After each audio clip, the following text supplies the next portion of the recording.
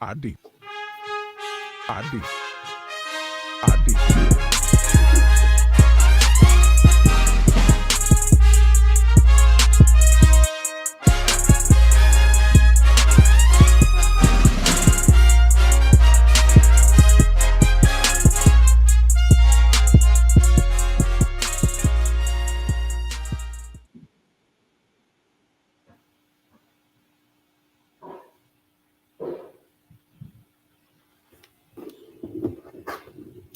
You on mute. I did it again. Welcome back. Episode 45 Pod D Podcast. It's been about 5 or 6 weeks since we've done a pod. So we're back. We got Hughes, we got me, Jay, and we got the notorious one, the hot rod, down at the bottom of the screen. So let's get into it. We don't have our deep thought question of the day, guys, Cedric here, but I'm just going to throw out one. Let's see how it goes. Have you ever seen a young lady that you used to like, that was super cute back in the day, but didn't really give you the time of day or played you off, didn't give you the attention that you wanted, and then you see her now, and time has gone by. Maybe she was super pretty cute back in the day, and you see her now. She may be out of shape, or she still may be cute, but you just look and you say to yourself, I'm kind of glad you didn't give me that attention. Do you guys ever experience a situation like that you want to share? Yeah. It just happened. The reason why I'm saying it just happened to me at Walmart. I was at Walmart, and I passed a young lady. I can't even remember where I know her from. It may be from like college or something, or work. I don't even remember. But her face, I recognize her face, and she looked at me, and I looked at her, and I was like, yeah, or whatever. But back in the day, she was extra cute. But have you ever gone through a situation like that? Yeah, I used to have a big crush on this chick back in the day. I ain't gonna say no names or nothing like that. As we became adults, the vibe was never the same. Like the younger version of me saw stuff in her that the adult version of me just don't see. You know what I'm saying? And so pretty personality just ain't the same no more, That's all I say on that.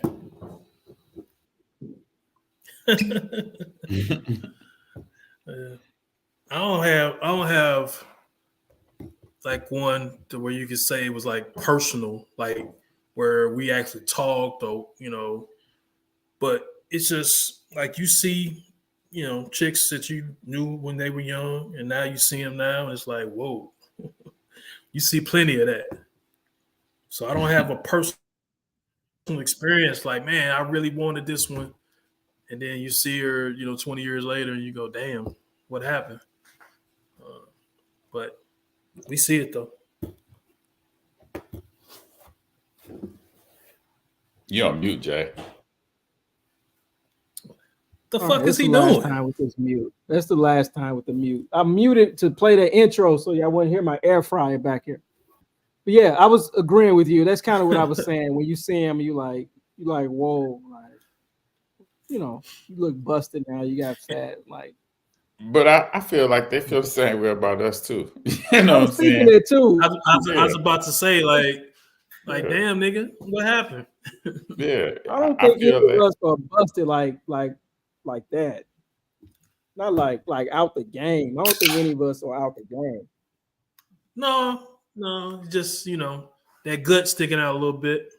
Yeah, you know what I'm saying? Because I think the 18-year-old version of me compared to the 48 version of me, that's totally different. Two individuals. I'm a lot slimmer, mine a lot weaker than what it was back then. You know what I'm saying? So, but grown man weight don't hurt. You know what I'm saying? Like I was 154 when I graduated. So, getting a little grown man weight, get a little thicker, don't hurt you. Nah. And for some women, it fits that way, fits them as well. That right. way fills them out, and it's like I never would have thought you looked like that. You know what I'm saying? It's a compliment, but It's I think you know what. I mean to cut you off, but you know what right. fucked them up? What? That second baby. That second baby fucks them up. That first one get them right. Put the weight on them. Like, damn, when you get so fucking thick. But after that second one, it's like, damn. But you know, when you're younger, you're not into the personalities. It's the looks, the bodies, and whatever. As you become an adult, I got a question. go ahead. When exactly did Erykah Badu get so fucking thick? I think when she did was that slim. happen? I think she was slim thick. She was wrapped up. I don't think she was. I don't think she was. Like, because even when she was wrapped up, you could get a hint. Like, she was like really thin, really thin. I don't when know, the fuck did man. When you break it down, she had to have had something and just wasn't viewed like that. The images wasn't on her like that. The camera wasn't on her like that. But in person, the cast that's backstage, they must have saw it. I don't know. I don't know. Take it back to what you just said. You know, she had 2-3 kids. Yeah, she had 3. Put it on. Yeah. I think that had to, because when she was fucking around with old boy, well, before she started fucking around with him, huh? With 3 times she messed with 3 stacks. Yeah, before she started fucking with him, she didn't. I mean, even though she was wrapped up, you could kind of tell, like, you know, you still can tell. But yeah, she dropped that first one. She goes against my example then, because she done dropped 3 of them motherfuckers, and her shit looks quite well. Well, see, I never looked at her body until the video window seat. Well, she never showed it. That's when you got to see it. Yeah, see, that's when you got to see it. Yeah, that's when I saw that video. I was like, "Who is that?" Like, I'm thinking body double. You know what I'm saying? So yeah, I had never. But you think about, if you put a little robe around that, you think you still ain't gonna be able to tell how she is right now. You think if she put a robe around that, you wouldn't get a little silhouette? She wouldn't do a little turn, and you'd be like, "Yeah, that's what I'm saying." You still like you could not see, like it wasn't there when she first came out. I don't know if they were showing her like that though. You know, I don't know if she was putting herself in that situation, if they were showing her body. I don't know, you know, because they've always said Mary was thick, but I never looked at Mary like that. I never looked at Mary J. Blige like she was thick. I never looked at Janet Jackson like Janet Jackson's thick. Janet Jackson has always been thick. Like if you go back to your mind of the Pleasure Principle video, she and her dancing. She was actually chubby. What? Well, in that chubby. video? In that video, or are you talking about like growing up, she was chubby. Oh, okay. I don't remember her being chubby. Like Good Times and shit. I mean, not fat, but she was. Nah, she was. There was a point where she got a little chubby. Like Different Strokes, when she was on Different Strokes, you mean? You talking about what's the movie with Tupac? Poetic Justice. Poetic Justice. Wasn't she a little on the bigger side in that movie? Nah, you know if you're gonna say the bigger side, it had to be one of the Tyler Perry movies. Why Did I Get Married or something like that? Yeah. You're right. But she's late 30s, 40s in that movies probably, but shit. Yeah. You know, I've never seen that movie. Which one? Like I've never seen that movie from beginning to end. Why Did I Get Married? It's pretty. Poetic Justice. Oh, I just recently I've never seen the whole movie. Yeah, I just recently watched it earlier this year. I remember that was like Joe Torre with the brush, right? Mm-hmm. Yeah, that's about the only part that I've seen. They was when he threw Regina King out the truck or some shit. But I don't know the beginning, the end, none of that shit. I never seen it. I'ma stand on what I said. It's a dope soundtrack. I don't care for that movie. I don't care for that movie. Like the script to me wasn't the best at all. Yeah, I wonder why, because Tupac is in it. I'm a Tupac fan. That's why I went to see the movie. Oh no. That's a classic. Let's not get this fucking thing started. Well, I guess we're gonna have to if we're gonna talk Diddy shit. I mean, listen, it's a classic movie, but it wasn't good to me. Why is it a classic movie?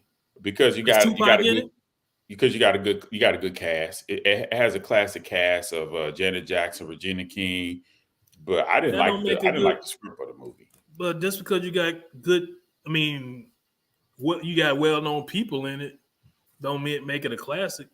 Yeah, it's Tupac's acting. Tupac killed. He did it. He did a good job in the role. It's a good story. It's just a good story.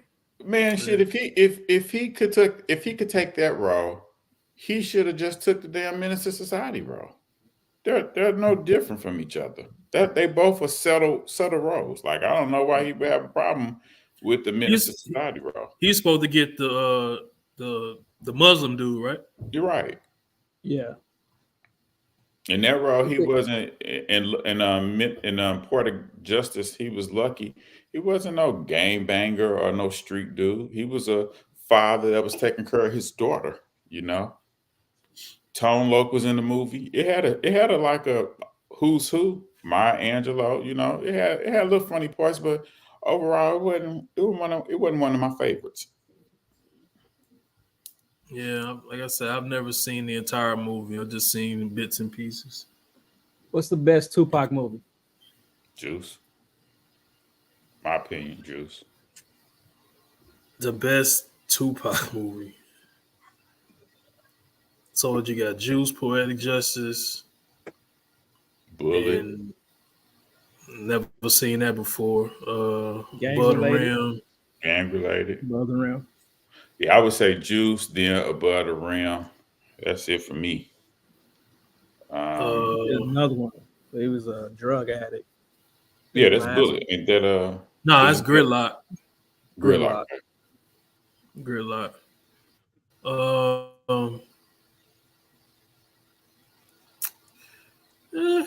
When he's supposed to do Independence Day? Yeah, I guess his best performance.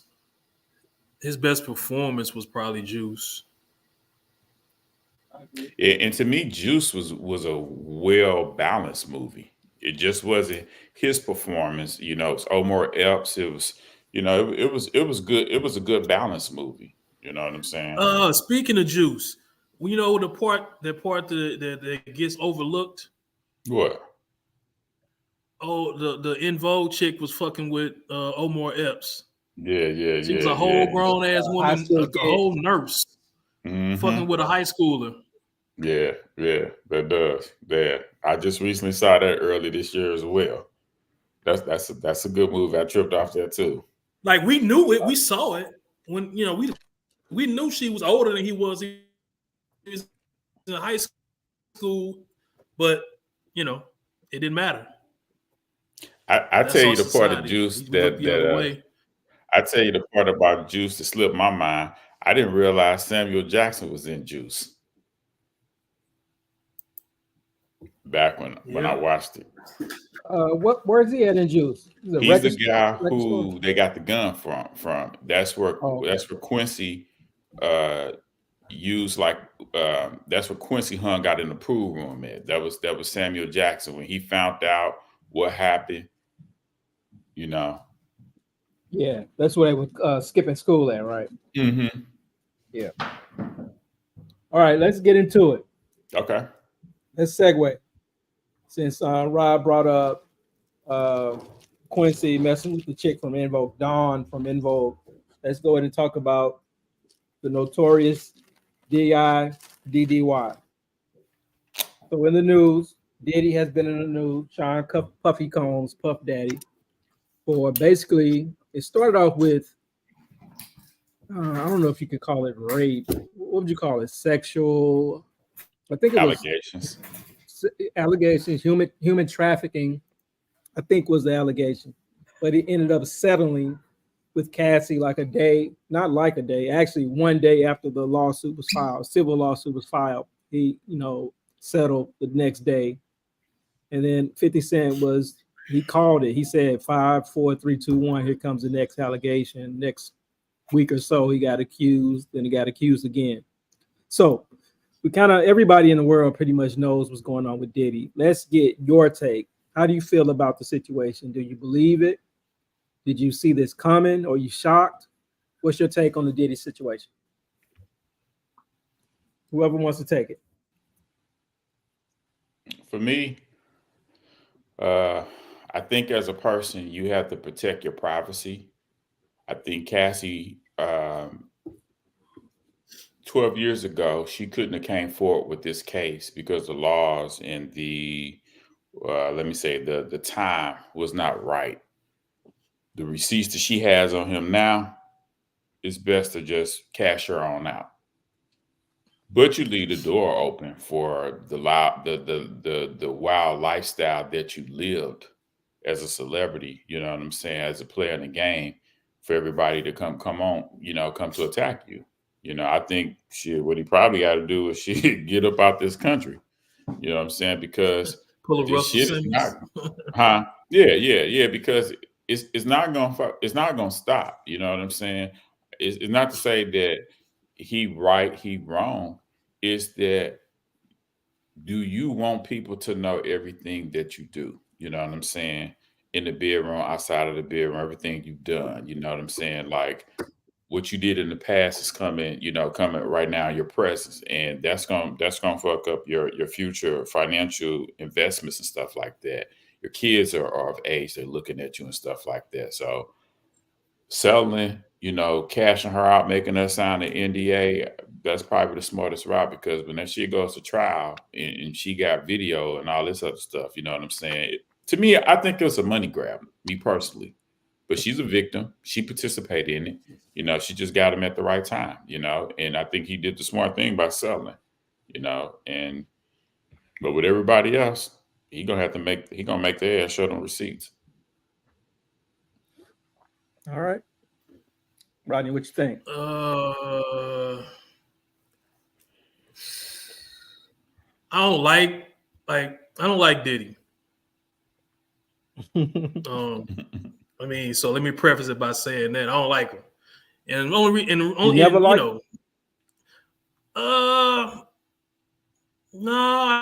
I kind of. The reason why I don't like him is because I hold him accountable. I hold him responsible for Big's death. You can't blame him for I that. know That's Big Big was a problem. grown man, and he didn't have to go. Yeah, I know he's a grown man, and he don't have to. He could make his own mind, but Puffy had his ass out there. Big wanted to be out there. If you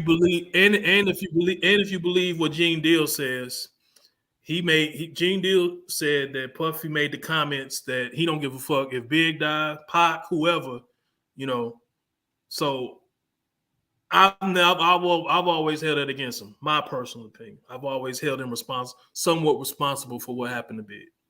So what do I think about these allegations? I believe every last one of them. He's in that society of doing freak boy shit, But saying all that, I still don't like how people can, come all these years later and, stick you up basically.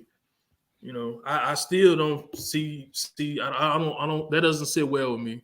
So now you got all these people coming out of the woodwork saying, yeah, he did this to me, he did that to me. I don't like that. Even though I don't fuck with him, I don't like that how that happens in these situations. So you think they waited too long? Rodney, you think they waited too long? Yeah, man, don't go with that bullshit. I don't like when people, come 20 years later talking about, yeah, he did this to me, he did that to me. That's some bullshit to me. You know, Come with that shit when it happened, or hold your tongue. I think our culture, going back to from everybody being 18 to where you are right now as a grown man, without you being married and being in a long-term relationship, you're gonna have some wild nights. You know, you successful, you party, you got money, you know what I'm saying? You're gonna have some wild nights. If all that shit come back to bite you in your ass, I don't think everybody else is innocent in the industry. You know what I'm saying? I don't think everybody else in the industry is innocent. You know, I think that's why Russell Simmons did what he did and bounced. Who said somebody was innocent? No, I'm saying like from the victims to the accusers. Everybody just was presented with opportunity. Either you participated or you didn't. You know what I'm saying? Yeah, he ain't the only one. No. You know, he got a whole crew of motherfuckers who was into the same shit he was into. Yeah. So it's just a matter of time when somebody gonna come forward on them. Right. So I got a question before you go, Jay, and get your. Well, maybe I'll wait. Well, no, fuck it. I'll go ahead and put it up. Like, is Jay-Z above being caught in one of these situations? Is he at a place now to where nothing can touch him? Yes and no. He's a married man with a family, right? So, and the one victim that we know was Aaliyah, right? You know what I'm saying? I don't know how Beyonce was when Foxy they Brown. started. Huh? Foxy Brown. Yeah, but here's the thing though. As a victim, do you put your business out there? You know, just because somebody older than you, you know, like consent being around, you know what I'm saying? That's tricky, man. Because I mean, if you're under 18, consent don't matter. But to me, you know, that's always been tricky to me because not in the law, not in the law's eyes. I'm speaking in the sense of we all are different ages, right? And you can be an 18-year-old in high school that see a freshman in the hallway and she catches your eye or he catches your eye if you're a girl, and you all handle your business. You know what I'm saying? What y'all do is between you all. Somebody, you know what it is, but you know what it is though. That's it. Yeah, it's rape. And it shouldn't be that. It shouldn't be that. But I'm not necessarily. I don't necessarily want to debate potential crimes or anything. I didn't bring that question up to talk about what crimes he may or may not have done, because I don't know if he's done anything. I was just asking, does he have enough stature to where nothing can touch him? That was the question. Not who he did, who he might have done what with, but like, is he untouchable? Is he at a point where he's untouchable? I kind of think so. I say no.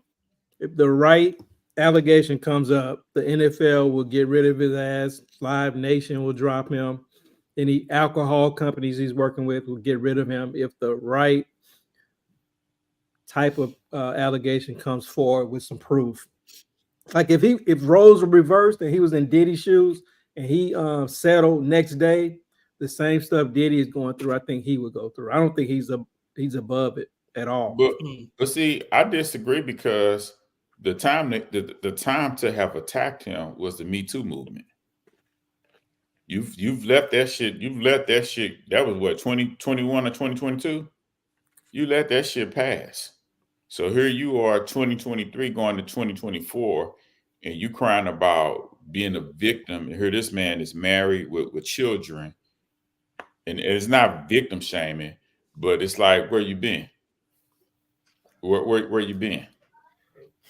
Well, my thing is, like, another, like I said, another reason why I asked that question is because it seems like people are scared to say anything against him. Like now, will they diss him in a rap? Yeah, but when it comes to allegations and things like people just they'll kind of talk under their breath, but they won't really say shit out loud when it comes to Jay-Z. Shit, I think the dude lawyer up. Like you remember the R. Kelly and the R. Kelly documentary and all that kind of stuff. It was two people with the Leah thing that I remember I didn't see on that documentary. One was Jay-Z, and the other was Aaliyah's mother. And I just found that kind of strange, like why those two were never a part of that documentary. Just speaking about, since I know they love her and all that other shit, but shit, people just kind of protect themselves different. You know what I'm saying? Yeah. I don't think those charges will stick. You think maybe he's just clean? I've heard some people complain about him, like Gilly claimed that he blackballed him, on a record contract,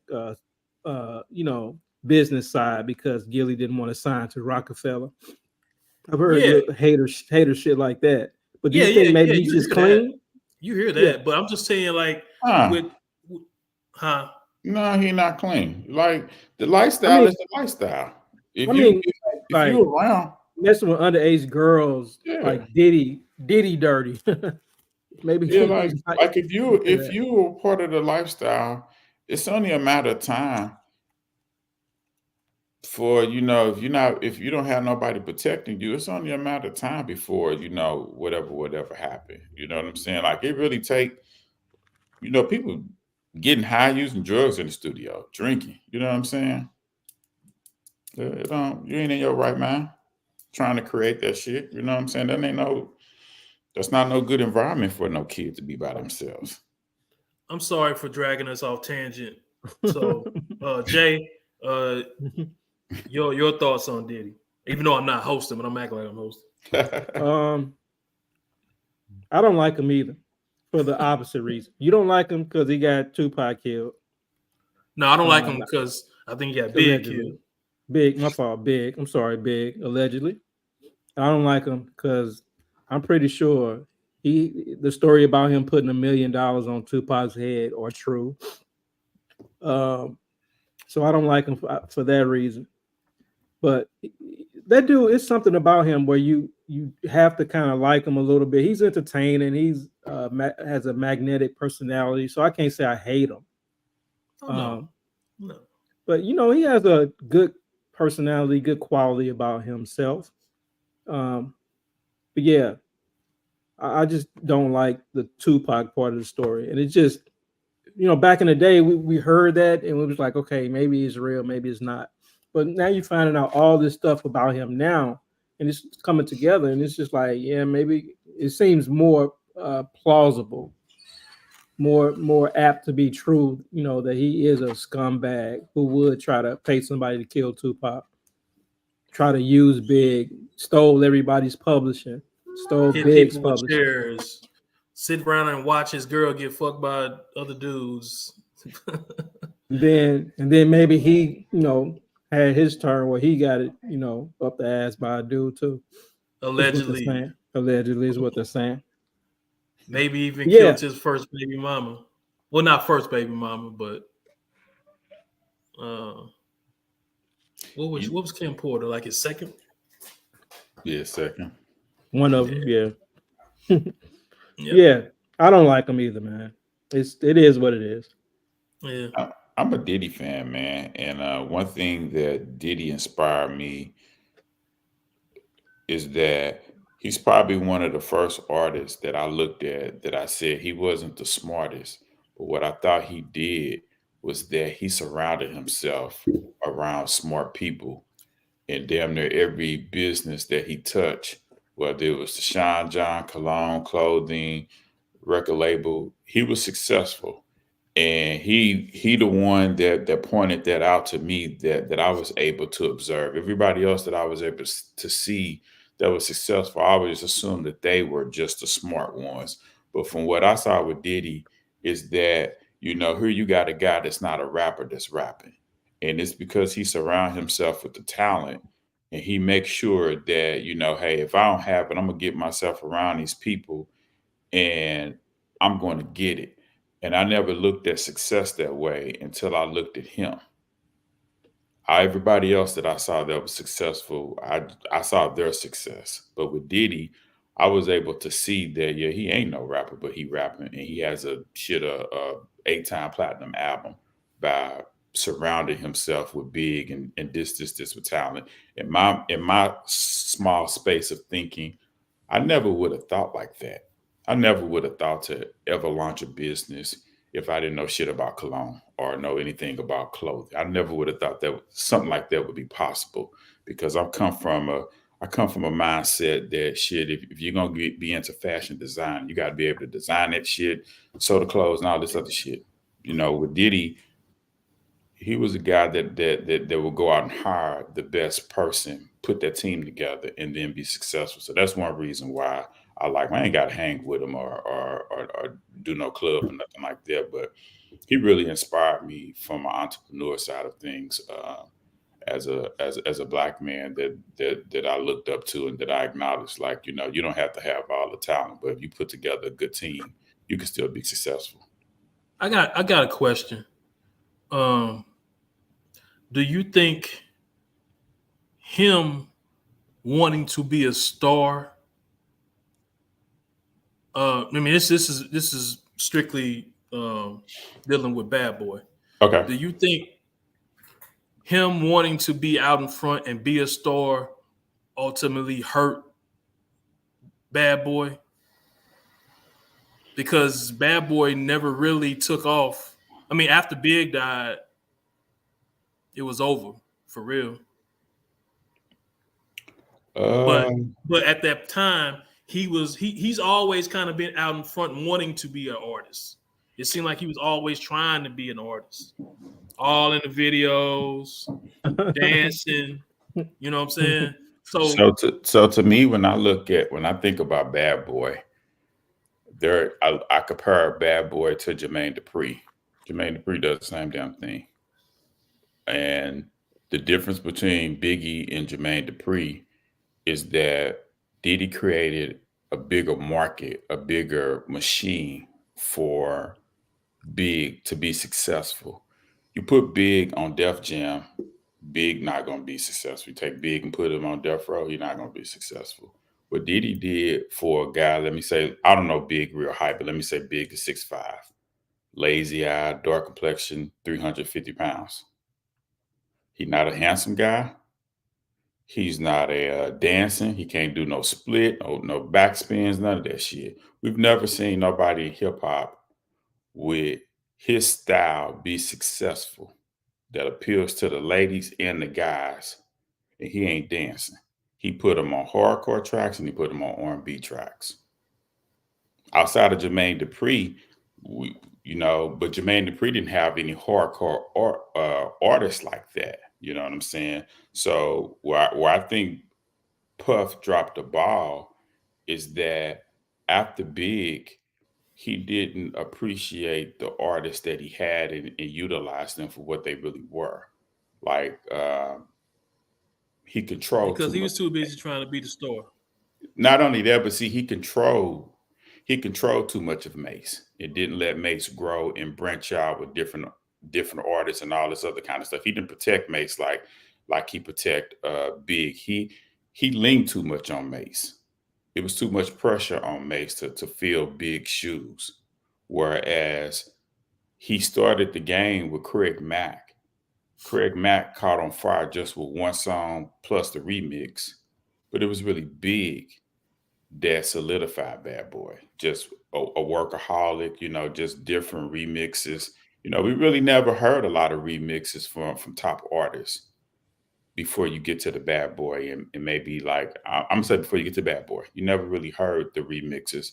I'm not gonna count no Criss Cross remix. I'm not gonna count no Brat remix. I'm gonna give that title to Bad Boy. We never really heard a Tupac remix of of one of his tight songs. We never heard like a Snoop remix of his tight songs. We never heard like a Drake. Yeah, Murder Was the Case. Was a remix? Yeah. Murder Was the Case from Doggy Style, and then Murder Was the Case from the soundtrack. I thought it was the same beat. It's not the same beat. No. Mm-mm. I No. mean, So no, okay. So the video version of that beat was that a hit? Murder Was the Case soundtrack is a different, same lyrics, but it's a different. Wait a minute, am I getting mixed up? Yeah. Yeah, I don't think it's on Doggy Style. Yeah, it is. It's on Doggy Style. Murder Was I the thought Case it's is the on same Doggy beat. Style. On Doggy Style? I thought it was the same beat. No, it's not the same beat. Hell no. Yeah, I'm right. Yeah, because it's the first song on. It's the first song on Murder Was the Case, and it's a different beat. Okay, but still, that comes out the Bad Boy. No, it They don't. were doing it. That's 94. How that come out the Bad Boy? That's when Big dropped 94. Okay. Snoop original album dropped in 93. Big Okay, but the remixes didn't start right. The remixes for Bad Boy didn't start in 93. They started in 94, 94 to 95 all the way. Right, and that's the same time as Murder Was the Case. I thought Murder Was the Case came out in 94. okay. So they were, it was the same year. I put it like that. Now who came first with the remix? I don't know. But do you remember hearing Murder Was the Case on the radio? No. But we wasn't listening to. We wasn't worried about the radio. We was buying CDs back then. Yeah, but to me, we was watching videos. We wasn't listening to the radio. And see, even Pac, I don't remember too many Pac remixes. Well, Pac wasn't hot till 96. Yeah, but still, he been around the game though. He was around the game, but he wasn't hot till 96. Yeah, but he been around the game. I don't remember too many of his. Like I'm thinking like top artists from Big Daddy Kane or Rakim. I don't remember any of them really. The original was the shit, and then the remix was the shit. Yeah, none there. I mean, I agree. Bad Boy did pioneer the remix. I agree with that. But I just want to throw that in. I just want to throw that in. Murder Was the Case remix did come out in 94 also. Okay. Let me ask a question. When you hear all these Diddy allegations about how he was treating Cassie, this pimpish behavior, and then you look at how he, I guess, lived out his music career, basically what we know, allegedly taking people's publishing. Like, I think there's a story where he gave Mace like $50,000, for his publishing, and then fast forward 20 years later, he refused to even sell it back to Mace, or even, he finally gave it to him, but the artist is kind of saying it's all used up and depleted now because people stream and don't buy music. But when you look at how he was all in the videos, dancing, rapping on the songs, just stories you hear about him, do you think that comes from his like pimpish or like use of people type of behavior? Is that what we were seeing, as he lived out his rap career? Or we just seeing him use people and take from people?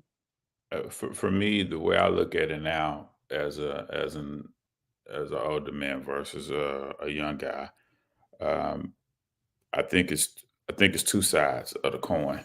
A lot of artists want to play victim and not handle their business.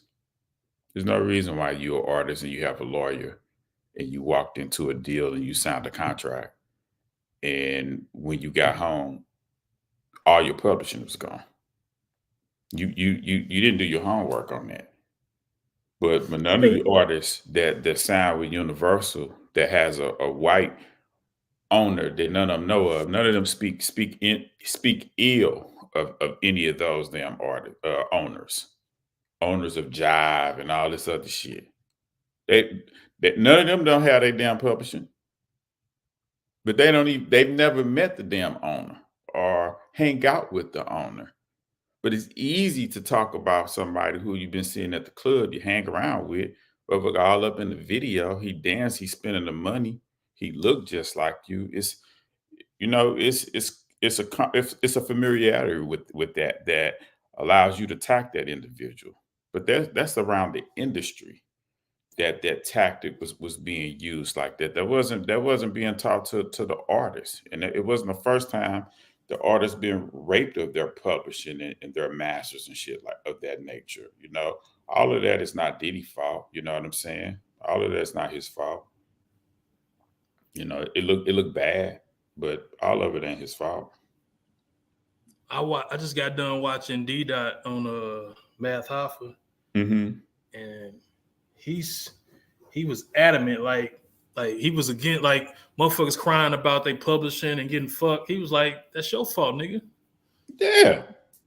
Like that's your fault." He's like, "Nigga, do you go to the poker if you don't know how to play poker? Do you go to the table and just drop $1,000 and start playing?" Come on now. He's like, "Nigga, don't play a game you don't know."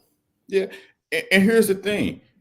Blame the artist before you for not speaking this shit and schooling you. Walking up on you, you dapping their hand, and they not pulling you to the side. Each one teach one. Like, what the hell is wrong with us where you're a freshman in the game. And as a senior, you kind of got a duty to kind of, this the next generation, man. School them. Like, hey, make sure you get your points. Make sure you know about your publishing, this. Like damn near every hip hop group got a real bad story. From NWA to Wu-Tang Clan and this. They present this shit to us like they're all brothers. Like this, it's a family. 15 years later, brothers can't stand each other. You know what I'm saying? Like nobody getting paid. We was making all these number one songs and living in the projects. Like, but we didn't see that in the videos. Y'all had all kind of foreign cars and gold chains and rings on every finger. But y'all was poor. Like, come on, man. What y'all making these videos like this for? So that's right, you both. Go ahead. No, go ahead. I'm sorry. I said so Puff has always been selling his lifestyle because he been getting money. Everybody else been faking it, I guess. But shit, I mean, when you know better, you do better, man. I think in the music industry, like this story about people getting ripped off, you just hear it over and over again. But you both have a point. You do hear when it's bad, you do hear about people complaining about the white owners like De La Soul. They eventually got their publishing back, a little too late. The third, member passed away before he could, see it happen. But at least, that should go to his family. So they did get their publishing back. But on Diddy's side, man, when you like when you know the game and then you take some young poor kid who doesn't know the game, I think you have an opportunity to be fair.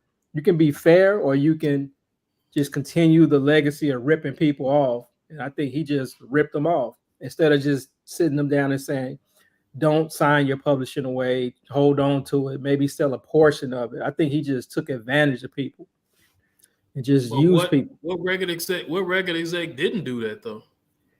Shit, one reason you never hear the guy from Motown, Barry Gordy, it was because he got a ton of them damn stories. Yeah, they say he did it too. Yeah, he controlled everything from Motown. But Jay, that's not the record label. See, what we didn't know, the more stories you hear about it, you hear artists having conflicts of interest where they came to the table and they were using the company's lawyer. Mm-hmm. Company lawyer works for the record label. You are his client, but the record label pays him. So you should have came into the table with your own lawyer. Listen. Let's say you're the rapper. I'm Diddy. You come into my office to, work out a deal. Mm-hmm. I know this deal is bad. I know you're about to, play yourself. I know I'm about to get your publishing for like $5-10 grand. Mm-hmm. You don't hold me accountable. once you find out, years later, what happened, you don't hold me account. You just say, "Oh, that was on me. I should have got a lawyer." So here's the thing. So if Rodney is my lawyer, and Rodney's this white guy, right? And I come to Rodney, and I'm like, I'm on the verge of signing this contract with J Records and stuff like that. It's Rodney duty to screen me and see what I know, to kind of help warn me. Okay, so what are your points? How many albums are how many albums are you going to get from this record deal? What's your publishing look like? You know what I'm saying? Are you bringing anything to the table? Have you ever had a rap contract before? Have you ever been on a record label before? All this other kind of shit. So that when we come to your office and you present Rodney with the contract, Rodney could look at it and say, "This bullshit. We're not signing this." Pull me to the side and tell me why we not signing it. Man, he want 50% of your publishing. He want 10 albums from you. You know what I'm saying? But if Rodney never tells me that, he's my lawyer representing me, and you send him that contract, and I sign that contract, and he tells me everything is good, he's out the way. All I remember is your ass, you Jay. I remember you. You know what I'm saying? I'm gonna let him slide. But that's really what's happening. It ain't just the owner shit. It's the lawyer who you use. You know what I'm saying? That script. Remember back in the day when you put me on Comeback Jack show, and he brought on Dame Dash. Dame Dash had a group that he was managing before he got on Rockefeller, and he took them to Comeback Jack, and them boys got their publishing stole. And Comeback Jack was the lawyer. He missed it. He missed the whole shit, whether he knew or he did not know. He didn't get it, but the label that they signed to had all the publishing. And Dame went back to say, we need to redo the contracts, give them back their publishing. That was called out. It was after the fact. But Comeback Jack did not catch that at all. So that's my stand on it, Now that I think about it, that's kind of Rockefeller is like one of the few companies that I haven't heard motherfuckers talk about getting raped. Yep. See, it did happen in the beginning, and once it did happen, Dame caught it, and you don't. But here's a flip side about it. You don't hear Beanie Siegel talking about him not having publishing, right? You hear him talking about the situation he had with Dame with embezzlement, using the different companies to hide money and all that. But other than that, you don't really hear them talking about losing publishing or getting raped out of their publishing, by no means. But I think, I understand. I don't think a lot of motherfuckers go into contracts with lawyers. I mean, go into these negotiations with lawyers. Honestly, I think they just go in and they coming off the street, and you throw them, let's say back in the day, in the 80s, you throw somebody 25 grand. 25 grand, like shit. Hell, where do I sign? You know what I'm saying? Right. They ain't worried about a lawyer. Right. But that's their fault though. Now we're not absolving the Jay was talking about don't you got to put some of the blame on Diddy? Of course, if you know what you're doing, you finna rape him. Yeah, obviously. You bear some of the blame, but ultimately it's on that artist, to cross your T's and dot your I's. Because they say in life you get what you negotiate. So you can never take him back to court and you signed every contract. But the other thing outside of publishing that you do hear artists complaining about, they complain about not receiving royalties. Like I heard Beanie Siegel talking about being on Rockefeller and never getting a royalty check. I heard Young Buck talking about never getting a royalty check. I've heard Meek talking about never getting a royalty check. But And okay, royalties they come down the line, right? yeah, Like if I drop an album this year, you know, I'm not really gonna see no royalties off of that next year, right? That's something that happens down the line when they put that song on in a movie soundtrack or it's on a commercial or some shit like that. Ain't that when royalties usually come? Do royalties come right away? well, so if you let's say you drop an album in January and that album goes #1 and you went platinum, you've shipped 1 million. You know what I'm saying? And by February, you're at, let's say, 5 million. I don't know what that does overseas. You know what I'm saying? But it's December of 2023. You should have received something by now. But are those classified as royalties? I thought royalties. I didn't think that was like royalties. I mean, I'm not in the record business, like, but I thought like royalties was like, you know, okay, I did this song, and now this song has been being played in this movie or on this commercial, and I'm gonna get a residual off of that. You know something? I think we saying the same thing, but now that I'm thinking about it, that sounds like ownership. Like you can only receive what you own. So if your contract is not, you know, I guess not worded the correct way, I don't know what you own, whether royalties come with masters. I don't know. You know what I'm saying? I don't know. I mean, you on mute, Jay. That's 4 times. What, 3 or 4?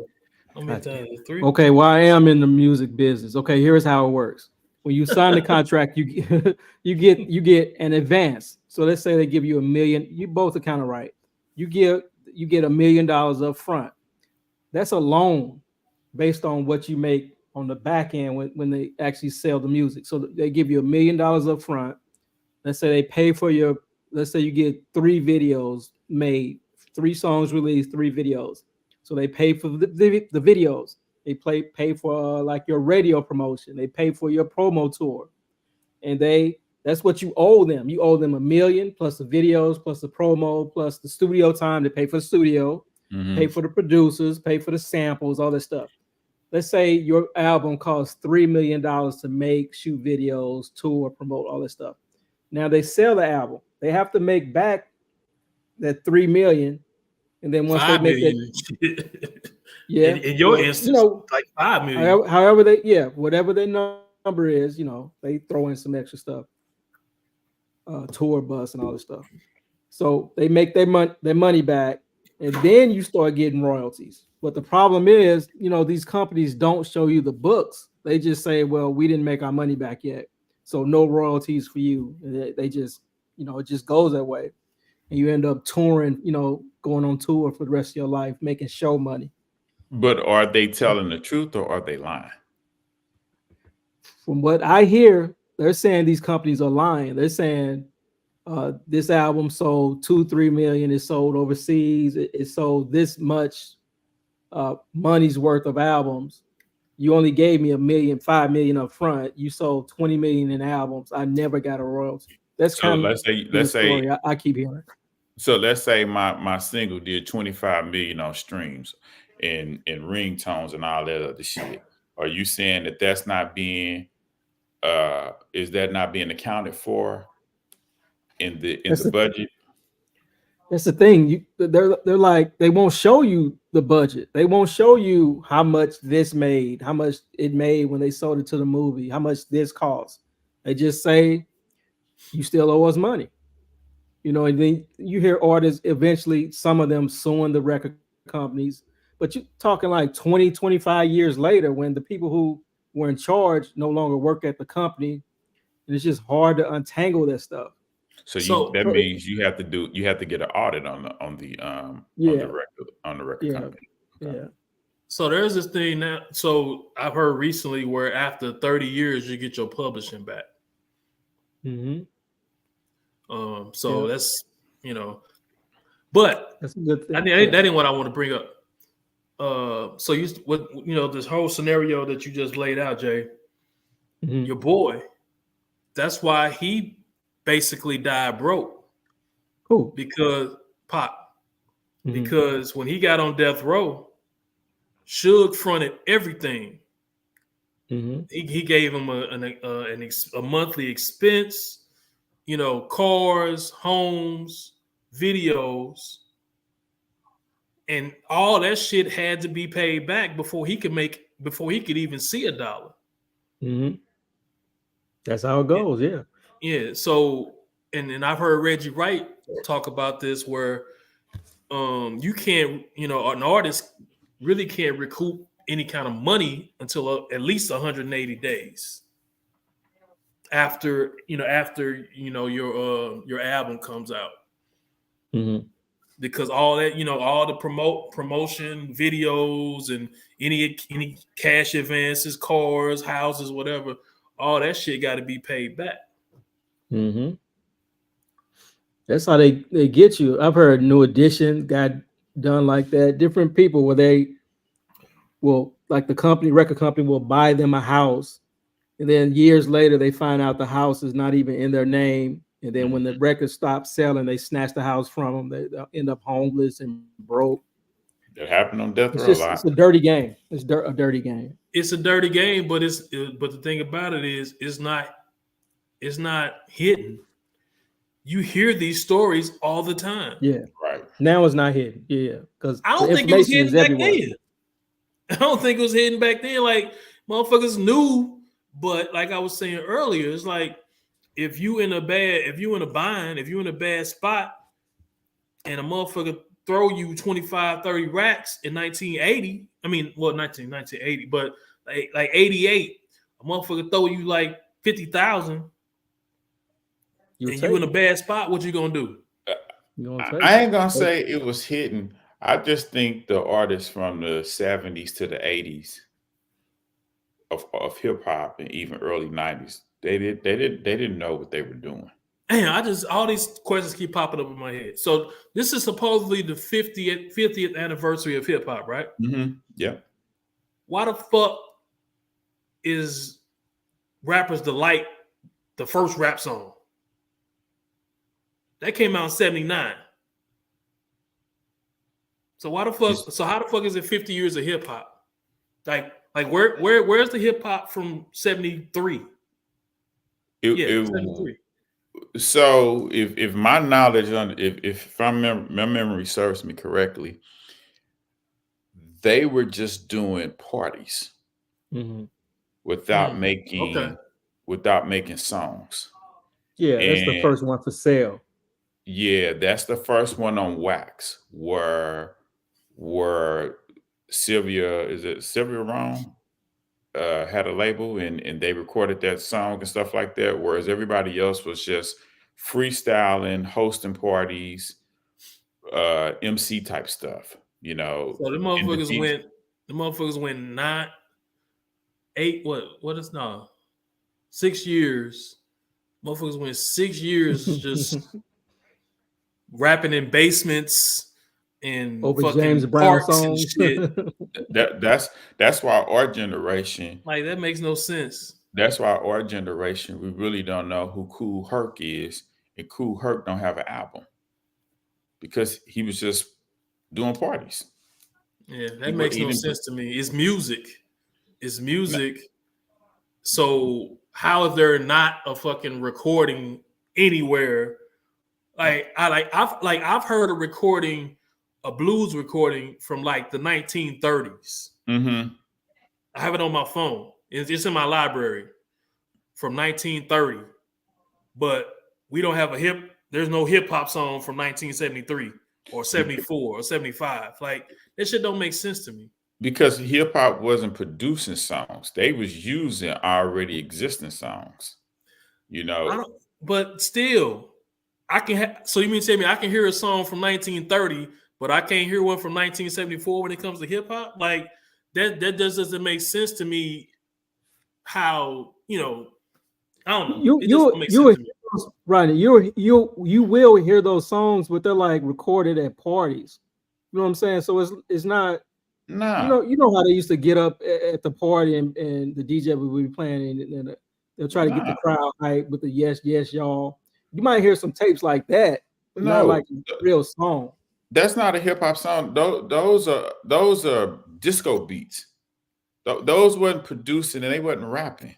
That's the beginning of hip hop. It wasn't what it's not at the state of where it is right now. The beginning is not where it is right now. That's why Kool Herc don't have a song that he's featured on, because what he was just doing was playing break beats, and they was dancing their ass off that, and that was considered hip hop. DJ Grandmaster Flash was scratching, so that's the beginning. But those were no songs. Those were never no songs and no beats that he was making. He was just playing records as a DJ. So that's the beginning of hip hop, along with graffiti artists and break dancing and shit like that. So when the MC, what's this dude name? I can't think of this boy name. I didn't see this documentary, but he was like a MC. Like, let me say, hear you say ho, all that other shit. That's the beginning stages of hip hop. You get to the point where Grandmaster Flat, Furious 5. You get to the point where Furious 5, Cass, Nim are freestyling. They have videos on YouTube of them freestyling, making this and making that. But the first radio song. That's in the 80s though. Yeah, but see, the first radio hip hop song being played, it goes to Sugar Hill, rappers that like Sugar Hill Gang, because everybody else was cruising freestyling off beats, just on the mixtape vibe and stuff. You know what I'm saying? That's what they were doing. You know, they had a crew. It wasn't no mixtapes. Yeah, it wasn't being sold. You know, it was being recorded and passed out, but it just wasn't being sold and sold in stores. Like from a New York vibe, they were recording those parties of them battling and stuff like that. People was recording that. Yeah. And we ain't, but and still ain't seen. I saw the dude that wrote for, is his name Cass? Grandmaster Cass? I got to do some knives. I saw a battle with them, and they were like, it was tight, but it's old though. It's tight. It had to be from the 80s. I'm gonna give it like 80, 84, something like that. Like they saying these words and this. It's an intro for a party that's going up, but it's two crews going against each other. You know, but that's it. Yeah, but I ain't with all that hip hop shit, and I don't give a fuck about none of that shit. Break dancing and graffiti and all that shit. Fuck out of here, man. You didn't like the breaking movies back in the day? That used to be my stuff. Nope. Oh man. I used to like breaking. What is it? Breaking, bust, but no, I was about to say busting loose. What the fuck? B Street. B Street. Like, man, fuck out of here. The Fat Boys, like, man, you couldn't tell me like the Fat Boys wasn't gonna be like the ish. I used to love them cats. Fuck out of here. You weren't into rap, like you weren't into like the move. You weren't into it like that. Tougher Than Leather, Beat Street, all that stuff. As a kid, nah, not for real. I may have fronted and try to act like I knew what the niggas was talking about, but I mean, like I knew of it, but I wasn't into that shit. You know the one thing that I wish St. Louis was about, because I really was into it.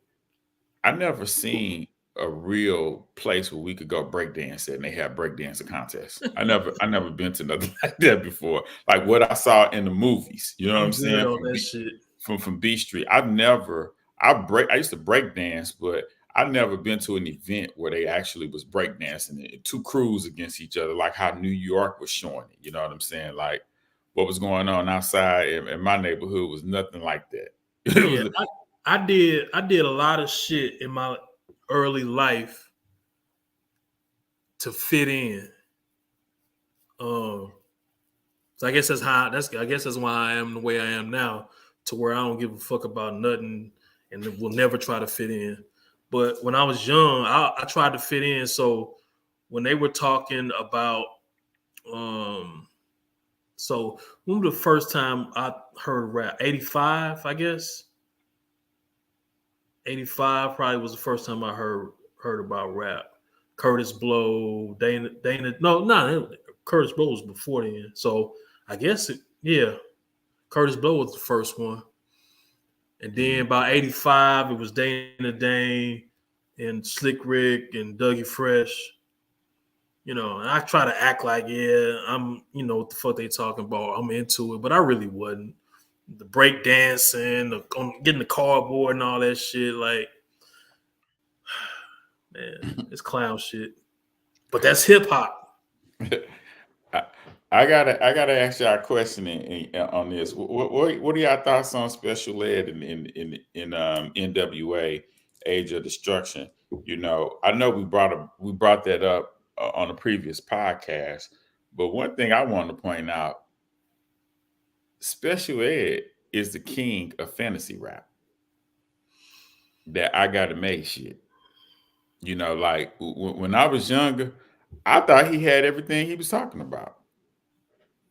I thought I got a brother, all this. I thought he was rapping his lifestyle and what he had. I didn't know he didn't have it like that. But when he was bringing up on that NWA shit and how they brought destruction, I'm like, bro, you brought that fantasy rap to hip hop, the front and shit. You didn't have your publishing and all that shit. What's your thoughts? I think everybody was front, man. So the one thing, I'm sorry, I mean, cut you off. Go ahead. And I just kind of, and I don't know if we knew this back then, but I was watching him on Math Alpha also. He was 15, 16 during that time. Mm. I didn't know that. I didn't know he was that young. But I have to admit, as much as I wanted to dislike what he said and push back on what he said, I kind of had to sit back and kind of think about it. And there might be some truth to it, and it pains me to say that there might be a little bit of truth to it. Explain which part. Which part? Where the Age of Destruction shit. Like I won't go so far as to say Age of Destruction, but when NWA came in, it was a clear shift in rap once they hit the scene. Nope. It was. It was. We were younger, and it wasn't NWA. We were getting older in our teenage years, and life was changing with gangs. And that shit was in flooding the city. And it wasn't just no NWA shit. King T predates NWA. You know what I'm saying? Like, it just was not NWA that was speaking street shit. Ice-T was speaking street shit. Like, I don't know, like, other people were, but NWA took the nation by storm. Like 6 a.m, we know, like, you've heard of 6 a.m, but NWA, they took the nation by storm. So it was different. Like you mentioned King T, like, okay, King T is like a local West Coast person, but NWA became nationwide without even having shit on the radio. Like, you knew who NWA was. I'm not saying they brought about the Age of Destruction in our culture, because they did not. All I'm saying is there was a change after they came out in hip hop. They ain't dressed no different from Public Enemy. But Public Enemy, it ain't about dress. They didn't dress no different. Public Enemy wouldn't talk. Come on, Sweet, don't do that. It ain't about it wasn't about the dress. It wasn't about the attire. The girls love the girls love Eazy-E, but shit, I couldn't back in them days. I couldn't name all them cats. I only knew Dre. I think I only knew Dre, Cube, and Easy. I think I knew Ren, but I didn't know. How did you know that? How did you not know Ren? He was not my favorite, so I didn't gravitate towards him. He wasn't my favorite, so I didn't know Arabian Prince off the rip like that. I didn't know. I mean, that wasn't NW. He wasn't NWA. Who? Look, that whole NWA and the posse shit, you knew nothing about that when they came out. When NWA came out, it was Ren, Dre, Yella, Q, and Easy. Now, as we got older and we was able to go back and research and shit, you found out that they dropped the NWA and the Posse album in '87, and that's when Arabian Prince and is DLC on that cover? It was like a bunch of other motherfuckers on that cover. But Arabian Prince is on the cover of Straight Outta Compton. But he's not rapping. Yeah, okay, yeah, he ain't rapping. He ain't rapping. He's just another nigga on that cover. Yeah. So we knew who I'm gonna say you too. You knew who fuck Red was. Whether he was your favorite or not, you knew who the motherfuckers was. So my first NWA album is Niggas for Life. That's my first NWA album. you only got a selection of two. Yeah, so I mean, like the Posse and Straight Outta Compton, that's an album I revisit. That's not an album that I gravitated towards too. And even though I heard, could you even get it though? I mean, in maybe 88. my cousins. Could you even get it in 88? I mean, I know you was a grown man in fucking 88. Maybe from my cousins, I heard my cousins them listening to it, but it was over my head. It was. I'm gonna be honest. It was over my head. I didn't know what a strawberry was when I was listening to Ice Cube rap about it. I couldn't comprehend what that was. I heard what he was saying, but I could not. I remember thinking about it because nobody talked it, but that's the West Coast lingo. Mm-hmm. That's West Coast lingo. I never heard nobody say that shit, but I was just like, what the hell is he talking about? A strawberry? Yeah. I mean, like I said, I'm it pains me to say it, but there could be a little bit of truth into what he's saying as far as how NWA changed hip hop. Okay. It definitely didn't change it definitely didn't bring the age of destruction to the culture, because that shit started long before NWA even touched the microphone. I think so too. By the time we were becoming into our young teenagers, life was really changing. The streets was really changing. Like playing in the streets was damn near over with. The government brought about the age of destruction. Yeah, I think so too. Yeah, it wasn't NWA. I think what NWA did do though, it took away the dance from hip hop. Listen to their music and the music being played at the party. They took the silly shit out of hip hop for sure. Yeah, it didn't make you dance. It didn't make you grind on the girl or do the hammer or shit like that off a fast song. You basically held the wall up and bobbed your head like, this is my cut right here. This is my cut. You didn't dance and party. And like I said, Public Enemy is no different. They had conscious rap with great beats, but that shit didn't make you dance either. It was making you think, but it didn't make you dance. You know what I'm saying?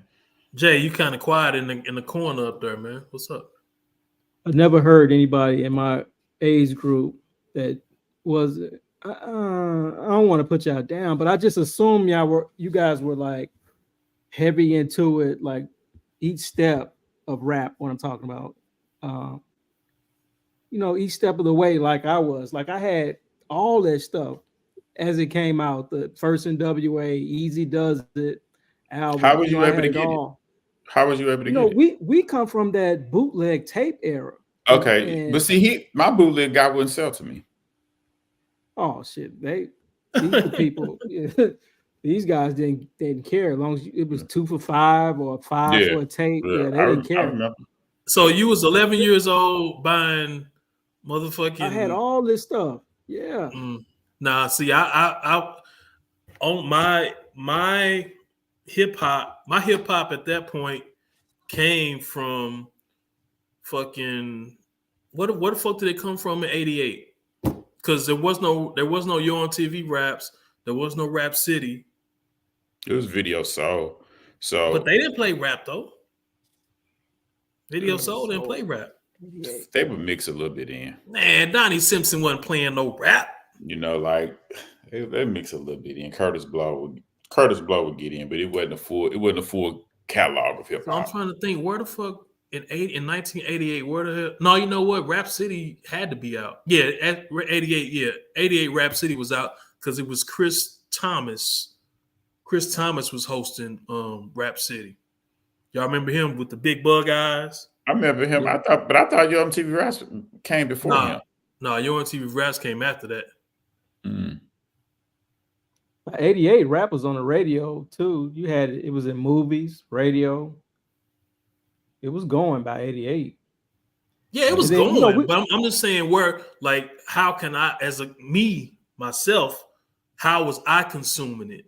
Because I couldn't, I didn't, I was the only child at that point.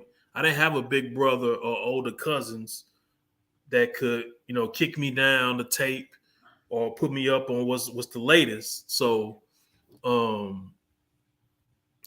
kind of came, I was East Coast. Like I came from R&B. You had to be East Coast. I mean, we all were East Coast. Yeah, I was to start. So I was late gravitating toward the West, and it was only because that was like the thing to do. That's what everybody was talking about.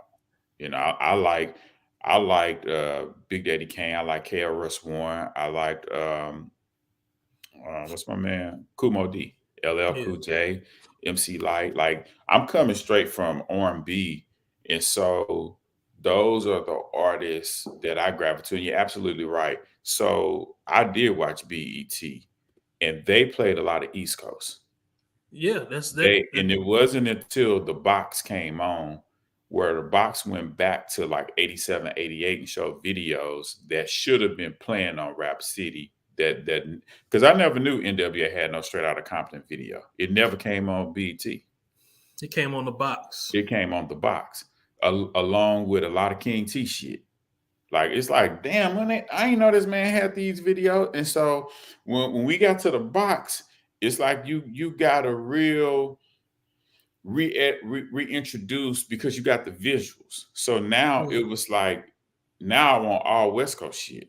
I want shit Compton's Most Wanted at this point. Now I'm like, I'm into they shit now because what the East Coast cast is saying don't resonate with me no more.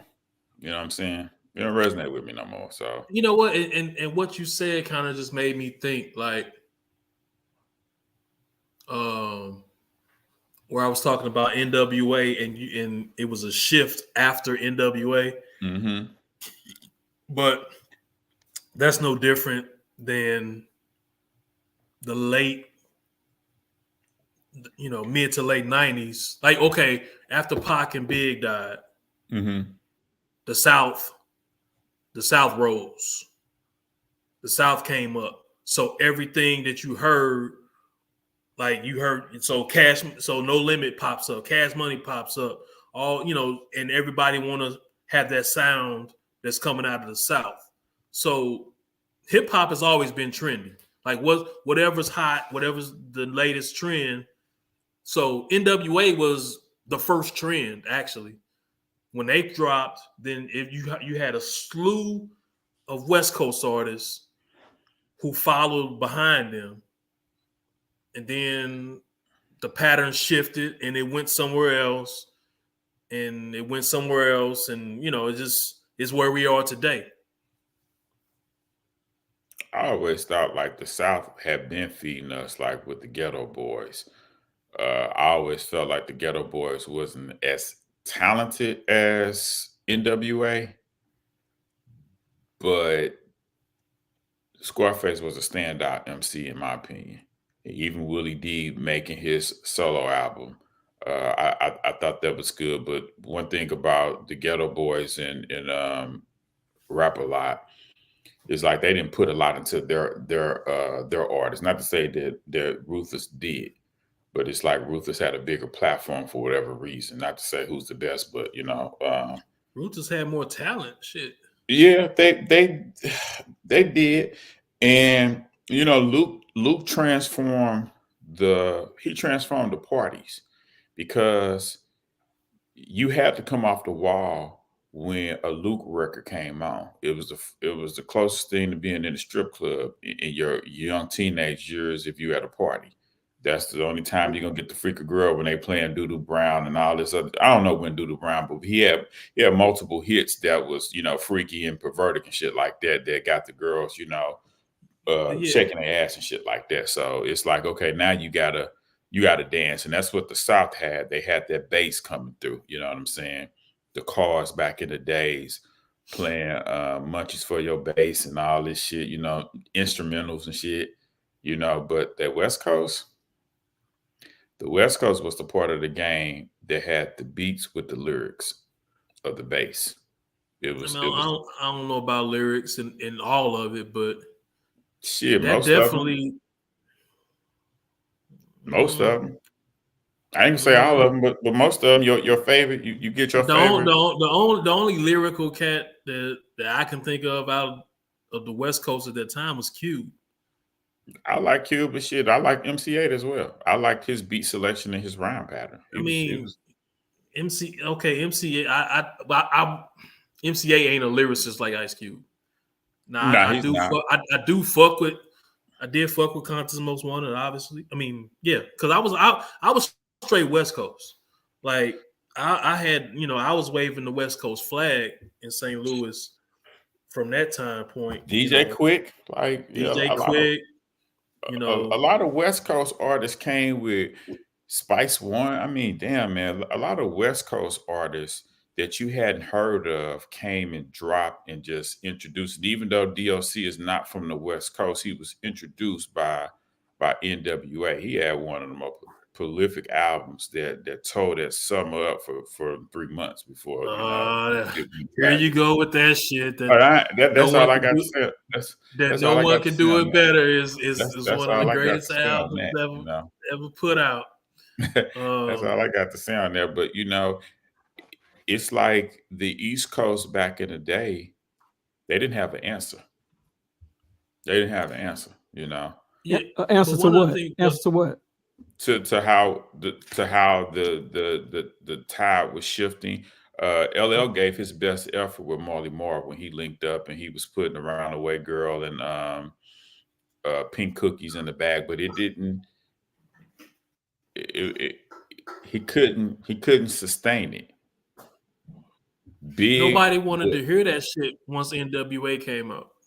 And see, in the East Coast, they had to try to shift to try to keep up, and they've all, and we saw that shit when the South took over. So when the South took over, the East Coast tried their best to push back, but they couldn't. So they had to fit in.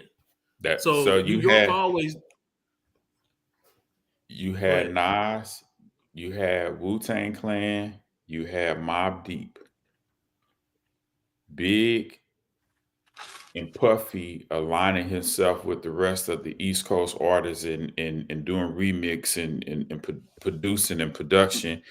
I think they stepped that shit up. I got to give credit to Pete Rock and CL Smooth because at times they put some bangers in, but it was nothing that was sustaining and putting the damage on what the West Coast and the South was doing. This is a rap episode. You know, and you know, it's crazy that it's been 50 years, man. I say it hasn't been. I mean, it ain't been 50 years. If you ain't from New York and was there, it ain't been 50 years. It's been fucking 35. Hip hop didn't take off. I mean, I understand what fucking Run DMC did, laying the groundwork. I understand what Curtis Blow did, laying the groundwork. Hip hop to me took off in 87, 88. Like that was like 88, 87, 88.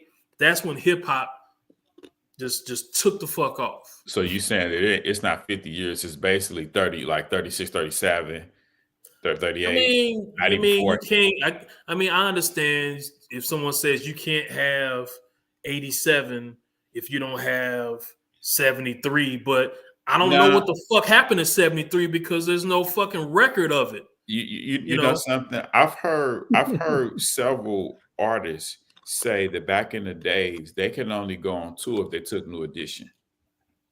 Rappers.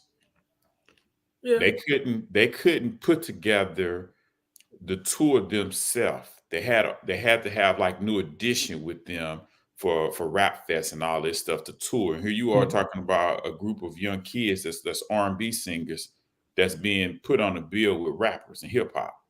Because Houdini was turning up shit back then. You know what I'm saying? They was turning up.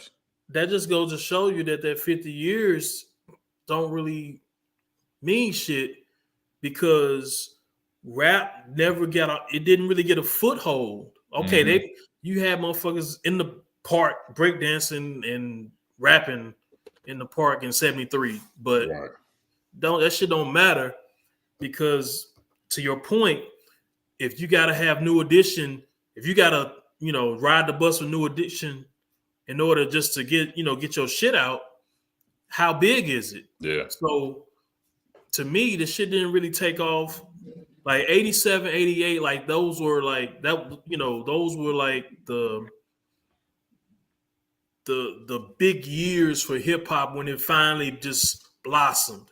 Because that's when I remember like Salt, and it's all East Coast obviously, but it was Salt and Pepper, Big Daddy Kane, KRS-One, and BDP and all them, Rakim, Slick Rick. Well, Slick Rick, was before that, but I had to go back on him at that point to kind of figure out, all that. But anyway, all that shit came out 87, 88. And I'm leaving out motherfuckers at, Kid and Play, De La Soul. To me, that's when hip hop just like blossomed into something bigger than being in the park, breakdancing. Y'all remember that cat Kwame with the polka dots? Yeah. 87, you got a point, Rodney. 87, 88, that's a big shift. That's when it was like becoming mainstream. We had so many different styles. It was super appealing in that time frame. Yeah. So 86, 87 is Rakim, right? And 88 is Big Daddy Kane. I have to look it up, but around that time, Big Daddy Kane 88, 89. Yeah. BDP 88. Yeah, 88, 89. No, actually they were before that. They were 86, but it wasn't they did Criminal Minded, and I think in 86. Why EPMD don't get no motherfucking love? Like you talking about? I don't understand that. You talking about one I of don't the understand hardest? that. You talking about one of the hardest groups before A-Ball and MJG? Nigga, I said that shit. Before we was talking about this shit in one of our previous podcasts, and I said, I mentioned EPMD, and niggas like kind of just like, come on, like what are you talking about? Like, they was them dudes. They was them dudes. Nigga, Fish. That's the reason. That's the reason why I bought a fishing hat. Yeah, the bucket hat. The bucket hat. The little fishing hat, nigga. Yeah, the bucket hat. Yes. EPMD was that group, and you couldn't tell me if we fast forward to where we are right now, that they wouldn't be relevant. I always thought that they were going to be. I mean, and they had like, so they responsible for bringing in Redman, Eric Summer, Das Effect. Who else did they have? Keith K Murray. Solo. They had Def Squad. They was like the Keith- Wu-Tang. They brought Keith Murray in. Man, them cats. I don't know. They dropped the ball somewhere.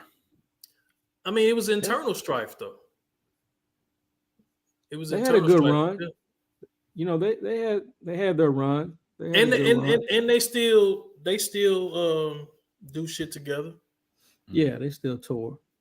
Let's shift to the sports. Go ahead. I'm sorry. What you gonna say, Jared? Let me ask you a question. You want to get to them sports?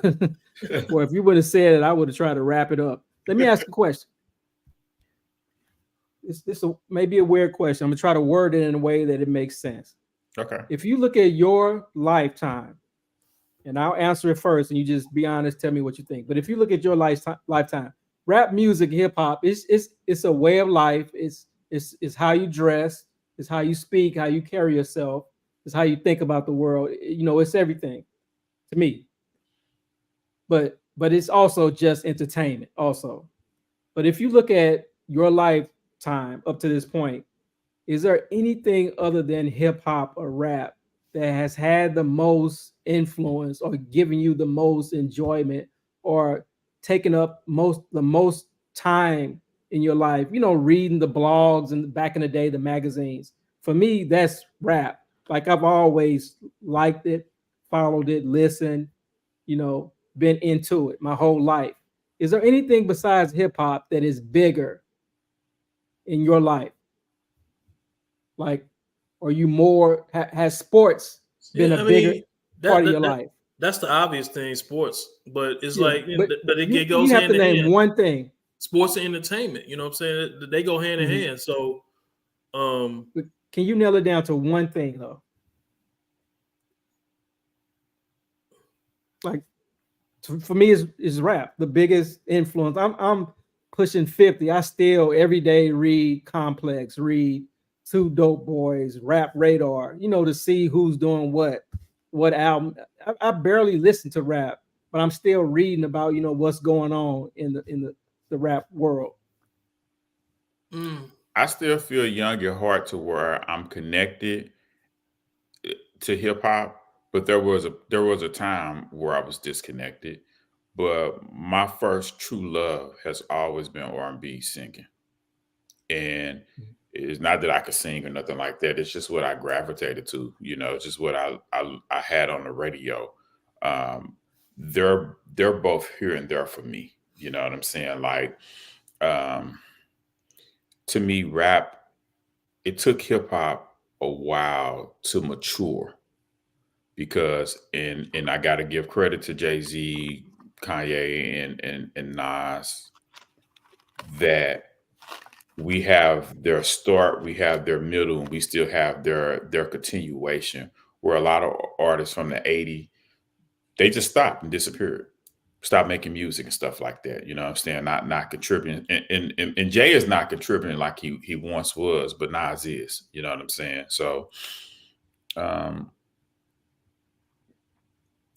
yeah, the hip hop has been my life. You know, it's been the one thing that I could lean on to help change my mood. You know, but as a Pac fan, shit, he had me paranoid.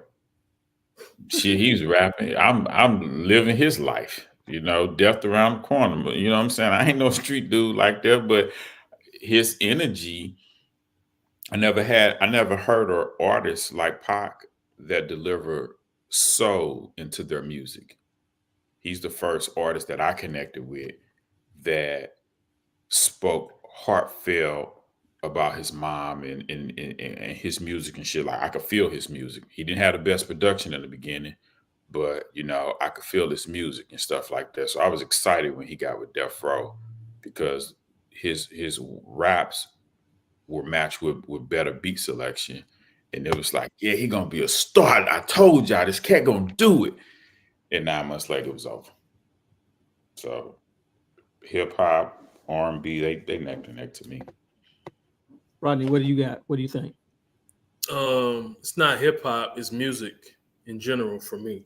Yeah. Because I mean, I'm no different than you all. We all heard music at a young age. Saturday mornings, mom cleaning up and shit like that. Mm-hmm.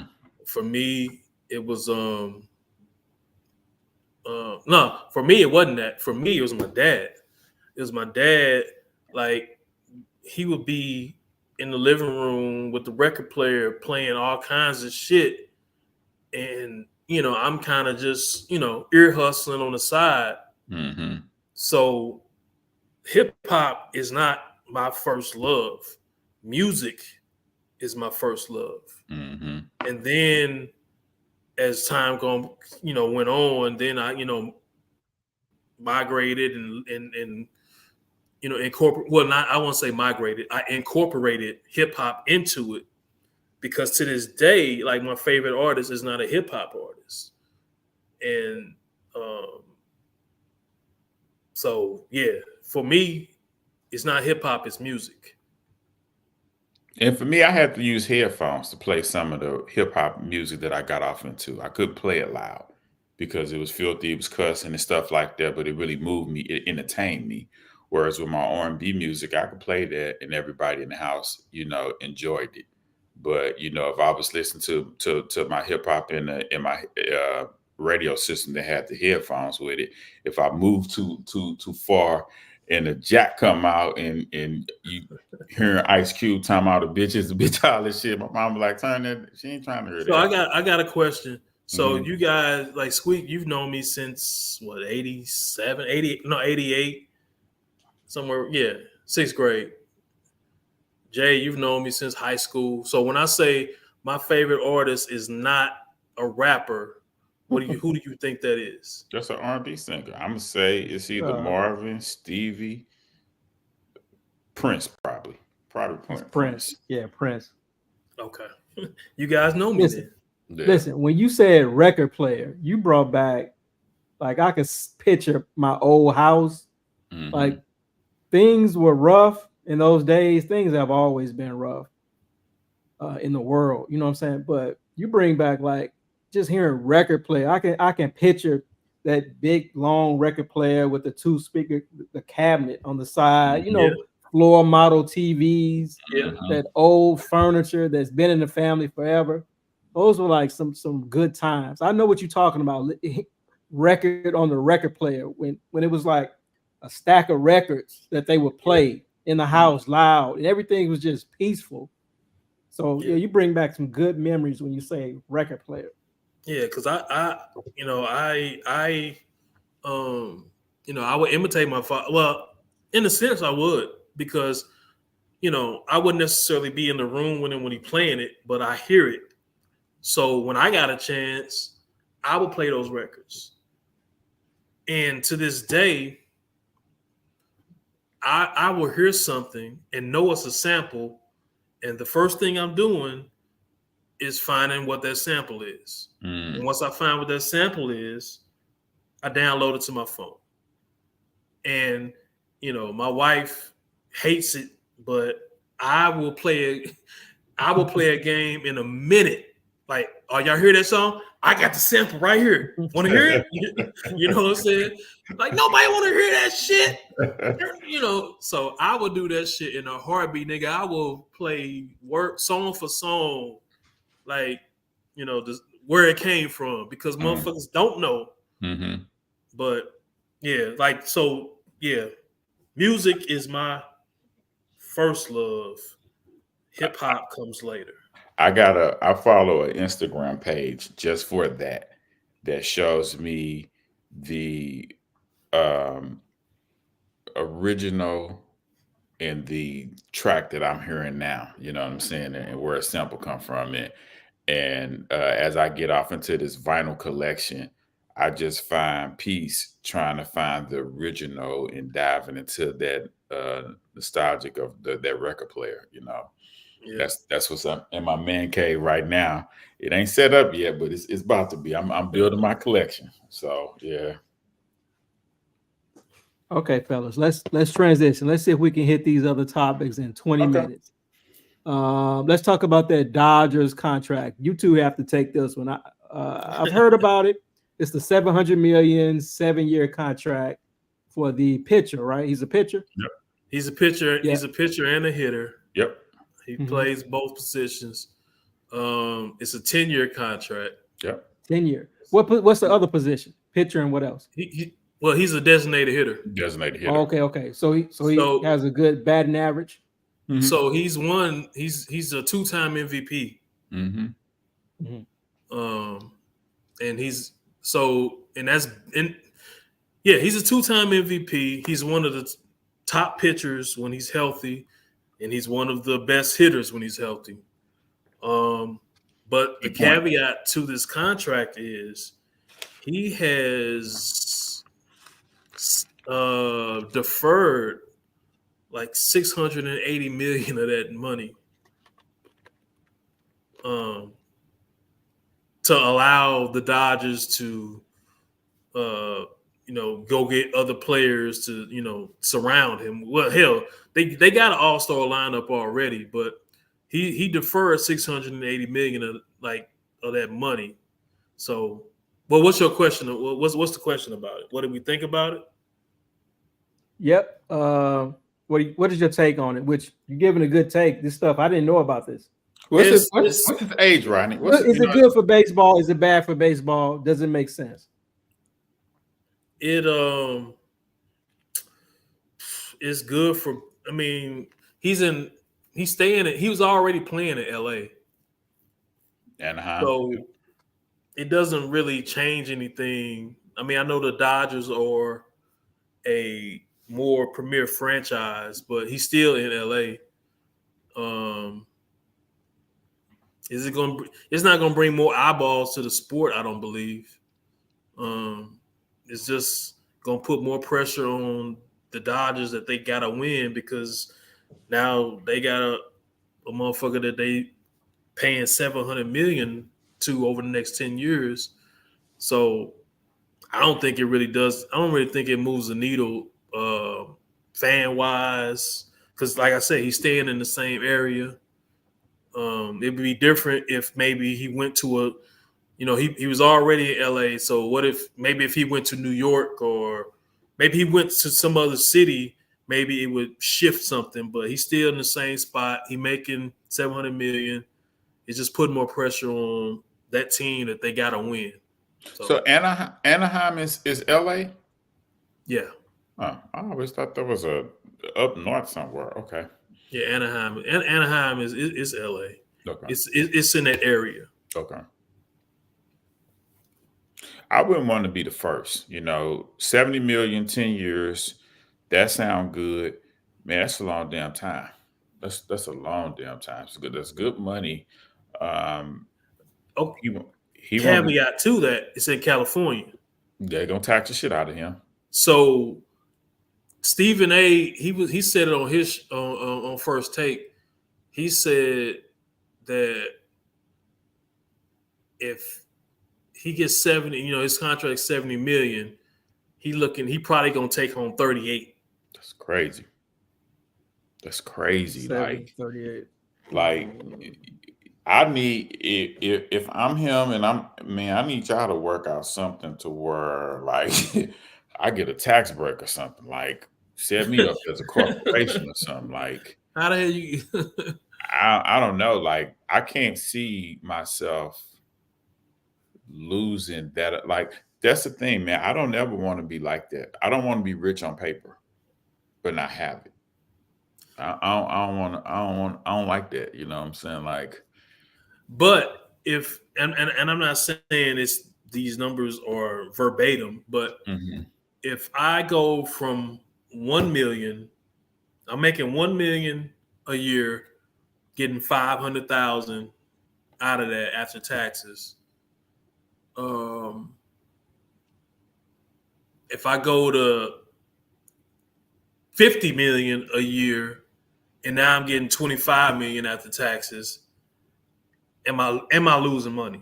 I mean, I know I'm losing money in theory, but I went from 500K to 25 million. So are you really going to be like that bent out of shape about it?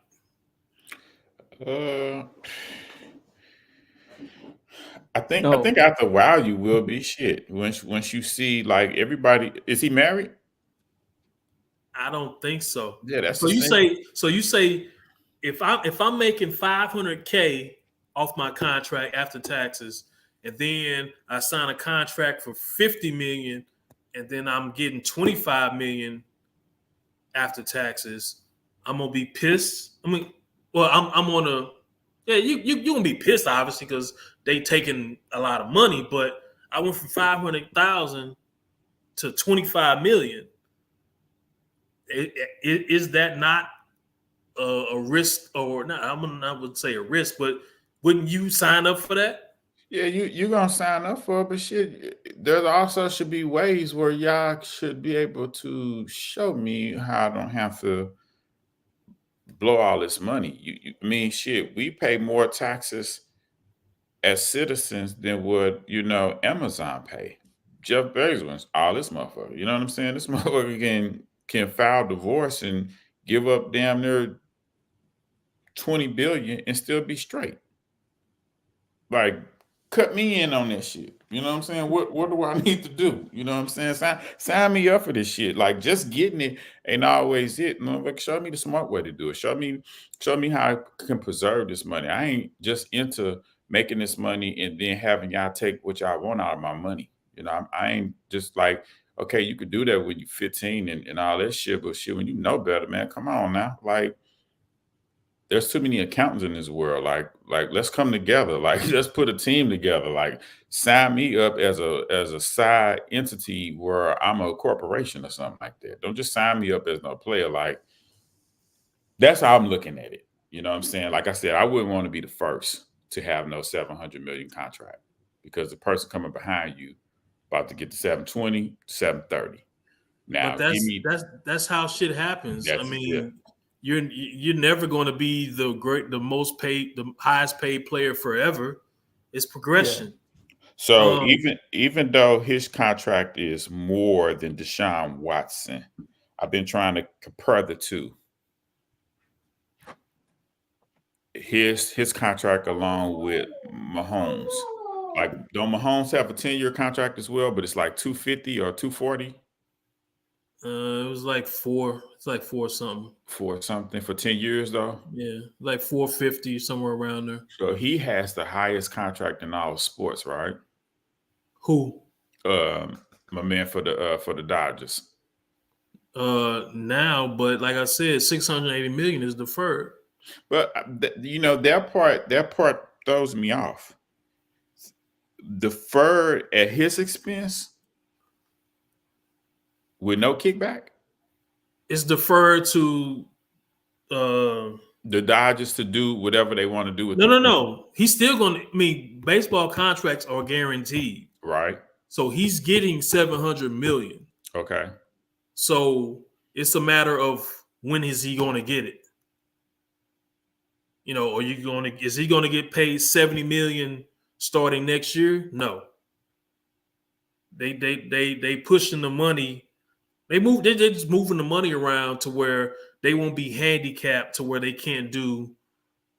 I mean, there's no salary cap in baseball, but there's a luxury tax, right? A luxury penalty or something like that. No, there's no luxury tax. If you want to pay luxury taxes, the luxury tax only comes in if there's a salary cap. Okay. So there's no salary cap in baseball, so you can pay anybody what you want. But if you're not going to have a $300 million payroll, even though you don't have a salary cap, so there's going to be you're going to set a limit in your head, like, okay, we ain't going to go over this because it's fiscally not going to make sense because we're not, we're going to be in the hole. So what they're doing is he's deferring that money to where the team can be still operate and get players, improve the team or whatnot. Man, shout out to his motherfucking shout out to his damn agent. Like, I'm the GM and the owner. I'm hanging up on you. Like, here's the terms of the deal. We want $700 million for 10 years. Click. Like, yeah, I understand that yeah, you're a 2-time MVP player. I understand that. I understand that you may not even pitch next year. So I'm looking at it, and they got his shit going out to 2043. Yeah, that's 10 years. No, that's not 10 years. Nah, it's not. That's 20 years. Yeah. So they got his shit stretched out to where they gonna pay this motherfucker $68 million in 2043. So that means he is probably set to make that money while he's retired. Because he's not probably going to be on no damn active roster. Yeah. You Wow. know, it's a loophole. It's a loophole. Cause like what's the name? Who's that? Bobby Bonilla. Yeah. He still get that 1.7 every year. Mm-hmm. And he hasn't played since what, like 2001? Mm-hmm. And he gets 1.7 million. You heard about that? You know about that, Jay? So Nope. a baseball player, Bobby Bonilla, he hasn't played since 2001, I believe. And he gets 1.7 million every year from the Mets until at least like 2030 something. Yeah. That's one of those deals they laugh at now, right? Like, why did you guys do that? Or is it accepted? I mean, no, because I mean, it made sense for them to do it because they just deferred it at the time. It made sense for them to do it, but it just sounds crazy that he ain't played in 20 years, but he been getting $1 million, like 1.7 million every year They still paying since then. Yeah. You know, it just sounds crazy, but it makes sense for them probably. All right, Hughes, come on so we can wrap this up. You got to get into boxing / UFC. I guess he had to take a piss break. He ain't Let's drinking go to, nothing. Nope. It's been almost 2 hours, though. Got that old man prostate. I'm the only motherfucker drinking. Always. Let's go Super Bowl picks. If you had to pick today, I'll give my pick. If I had to pick today, I'm horrible with this. I may name 2 teams in the same division, but if I had to pick today, 2 teams I think will end up in the Super Bowl. Of course, it's the 49ers. They look unstoppable. And maybe the Chiefs can get right. Chiefs, 49ers. Pick 2 teams going to the Super Bowl. I'll go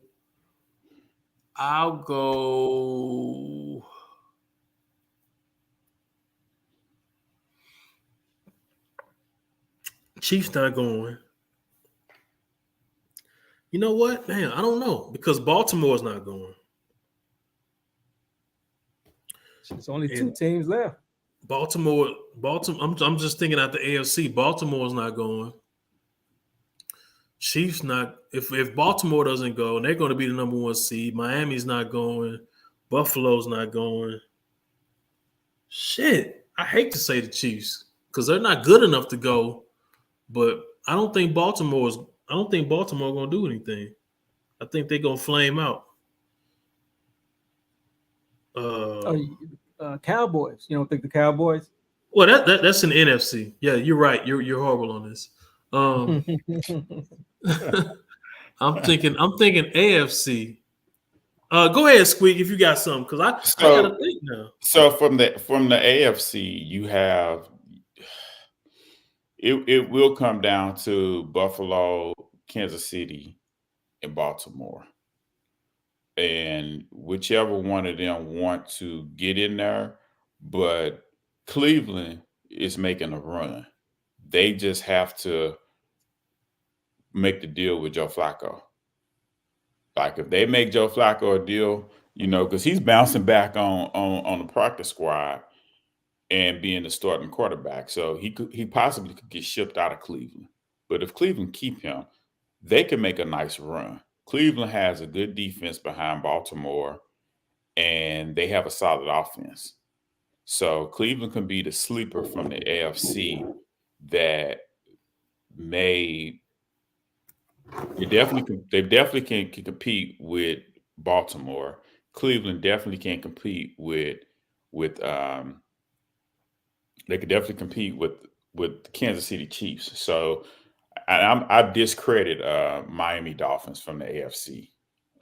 The Chiefs are so streaky right now. They have Pat Mahomes, they have Andy Reid, but that's about it. I ain't gonna count Kelsey. I'm not gonna count any of their receivers, anything of that nature. So the AFC to me is open to be taken. When it comes to the NFC, I think the race comes down to the 49ers as the front runner with the Eagles getting it together along with the Cowboys and the Rams. So if I had to pick from the NFC, I'm going to say the Cowboys are going to do it from the NFC. If I had to pick from the AFC, I'm going to go with the sleeper and the upset, and I'm going to go with the Cleveland Browns. Mm. None of that's true, but I'm just talking. Yeah. I would I think I'll go.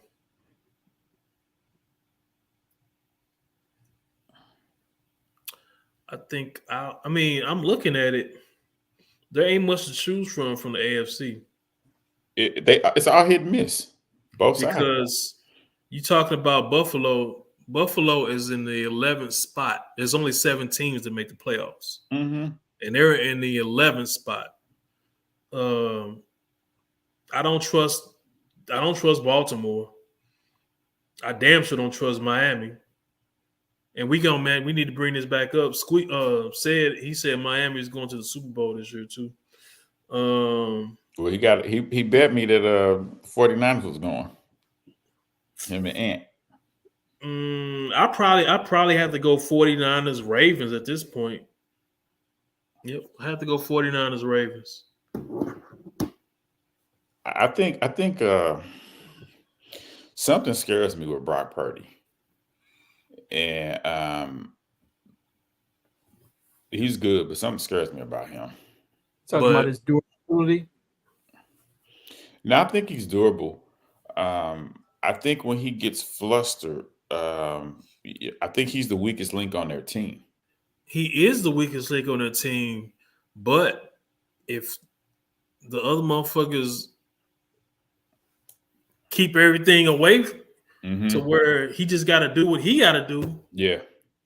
And that's what that's all they doing. I think they have a good coaching staff to protect their weakest link. Whereas Baltimore, on the other hand, they had a shootout last week with the Rams, and they passed the test, but they didn't look that damn well.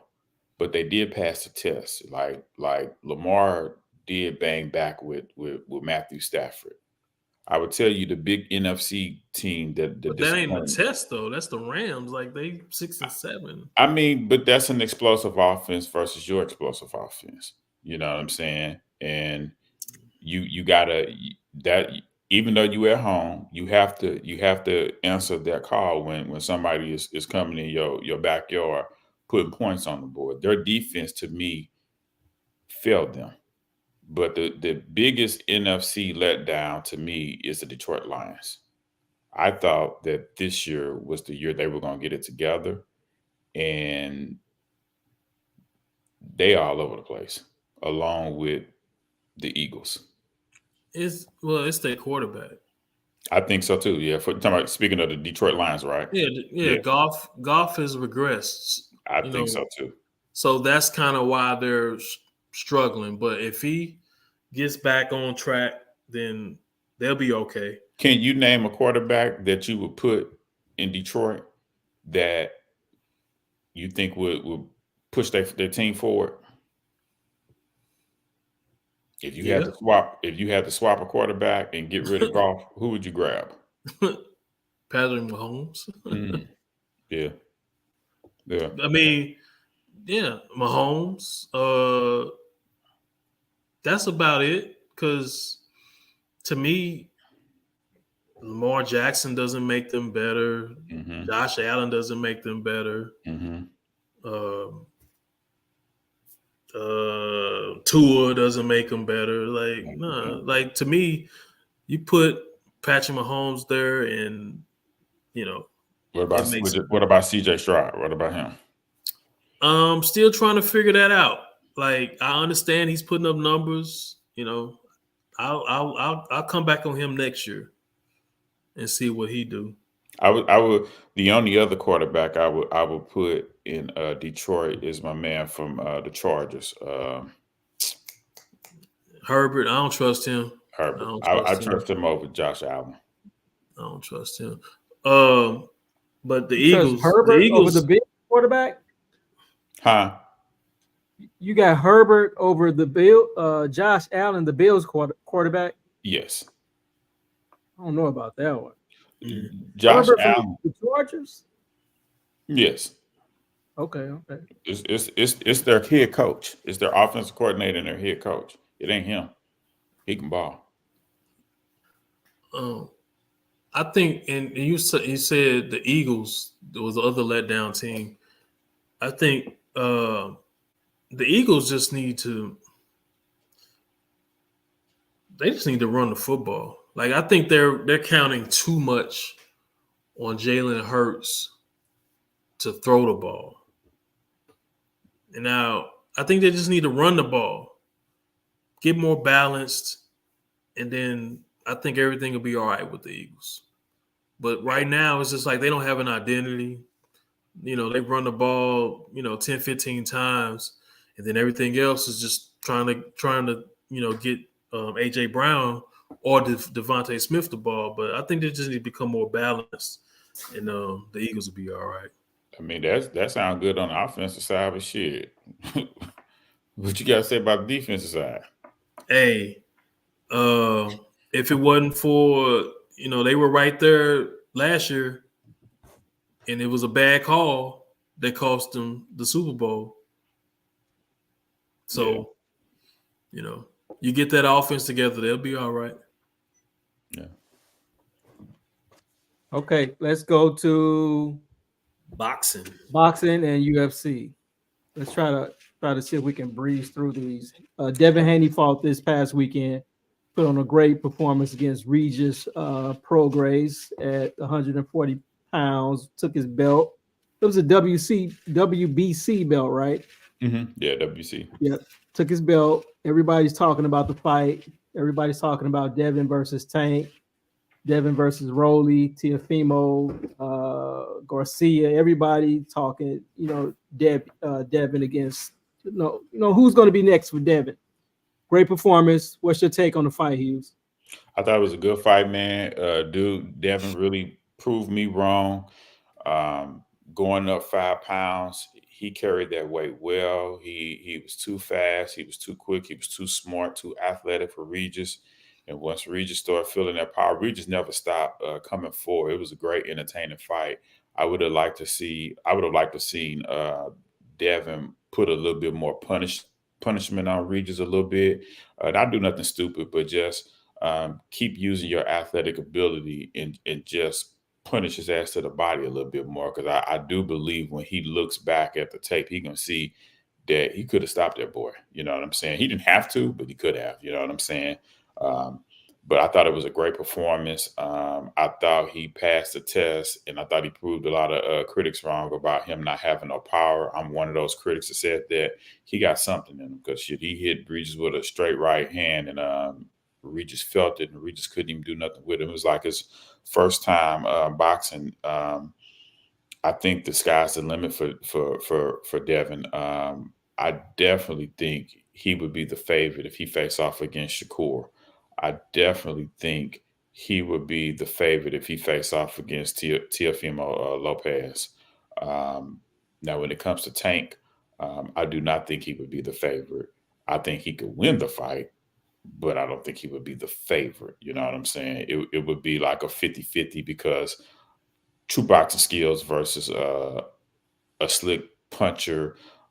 They sparred before, just like Devin had sparred Shakur before. You know what I'm saying? So that was smart of the camps, letting the two young guys get some work in early in their careers so they can get familiar with each other. But they're both two different fighters at this point, now that they're professional. I think Devin has had an amazing career of what he did. His last 7 fights, dude has picked up his competition. No, I'm sorry, I didn't mean to. I said his last 7 fights, he's picked up the competition, and he's looked better and better. You know what I'm saying? Like for people who thought he lost against Lomachenko, you could see why Lomachenko didn't go for a knockout in him. He must hit hard, but even though he's been saying that he don't have no power, you can clearly see he got something, because I haven't seen one fighter that's walked through him. I've seen fighters try to get at him, and I haven't seen one person walk through him to get at him and get him. You know what I'm saying? And so I thought he showed good ring generalship. And I think Regis need to not go for a rematch, because I think it'd be worse if they fought again. But that's my take on the fight. I ain't see it. I was indisposed, so I ain't see it. So this Regis cat, who the fuck is he? So he from Louisiana. He's a southpaw. He back in his amateur days, he used to bang against Earl Spence, but he's from Louisiana with the Charlie. Oh, he's an American. Yeah, he's American. Yeah, he's American. Good brother. He can bang. He has power. I saw that name and I couldn't. I didn't put 2 and 2 together. Yeah, you probably seen his face before, man. You probably seen his face before. I'm gonna have to pull up a picture and send it in our group chat and let you see his face. But he can actually fight. I think he came in with the wrong mindset of just trying to use one punch to catch Devin. And I can understand that mindset that he had, but he didn't have an adjustment. He didn't have an answer for it, you know, for Devin. Devin really had his face beat up and rocked him several times. What's your thought, Jay? Well, obviously I can't speak to the fight because I ain't. Well, hold on. Give me okay. I'm sorry. You said you didn't see it, so I ain't see it, but I still want to talk about it. I want to talk about Devin though. So okay. I don't think he has a. I think Tank will fuck him up in a fight. Now all the other people that you named is Shakur and what you say, Raleigh and all this shit. Like, yeah. I wouldn't want to see him and Shakur Stevens fight, especially after Shakur's last fight. I wouldn't want to see that. So, yeah, I would want to see Tank. See him go against Tank, but I don't think it will work out well for Devin. So that's my take. I go back and watch that fight. When you see this fight. Yeah, go back and watch that fight. It's different this time. Yeah, I still don't think so. I still don't different. Think so. Tank give up too many rounds to get what he want. And when you fight champion versus champion, you don't have that time like that. Yeah, that's the only reason why he beat Lomachenko, because Lomachenko gave away too many rounds. Because Lomachenko whooped his ass the last 5-6 rounds. Nah. He did. Nah. He did. You when you're not the champion, you got to take it from the champion. He came in. I'm just saying he beat him the last 5-6 rounds of that fight. He hit him with good shots.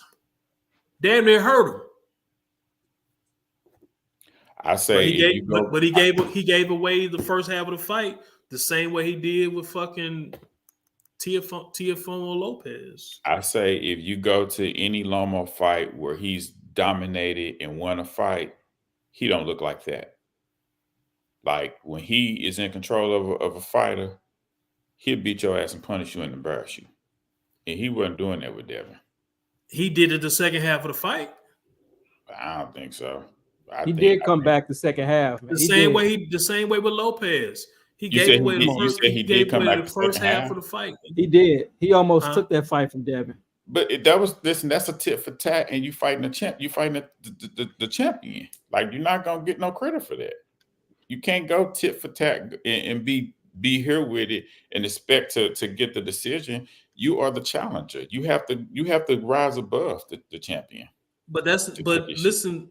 But what I'm saying is, I'm saying it too, Rodney. Dominated the second half of the fight. Whether he got the decision or not is irrelevant.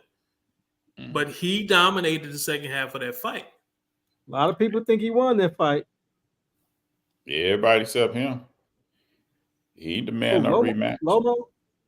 Yeah, he demanded a rematch. I think he might have, Hughes.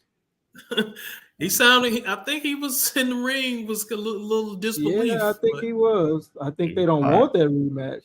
Nah, I've seen Lomachenko beat the shit out of fighters. And I didn't see him do Devin like that. I've seen him beat Gary Russell. I've seen him beat like when he in there dominating guys, he's playing and he's having a great time. But he can't do that at 135 though, right? Say it again. He can't do that at 135, can he? Why come he can't? Because he's little. So he's dominated. Lomachenko did most of his shit at 130. Yeah, man, it's just 5 pounds. Rodney, when he come in the ring, here we go. Just no, 5 pounds. No. That's not excuse.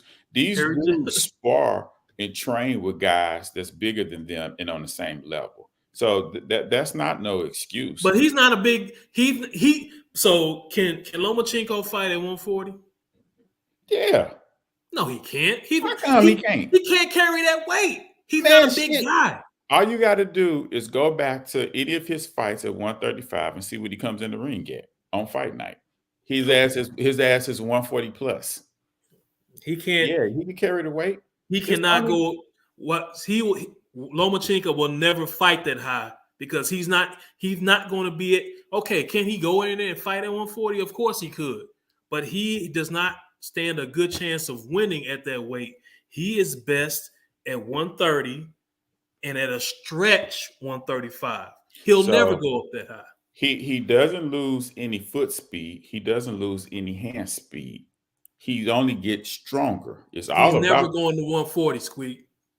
He's never going that high. Yeah, that's it. That's his shit. That's his shit. The money, if the money, that shit, Pacquiao came from a lower weight than him. It went all the way up to 154. He's not Pacquiao. He's not on steroids. There you go.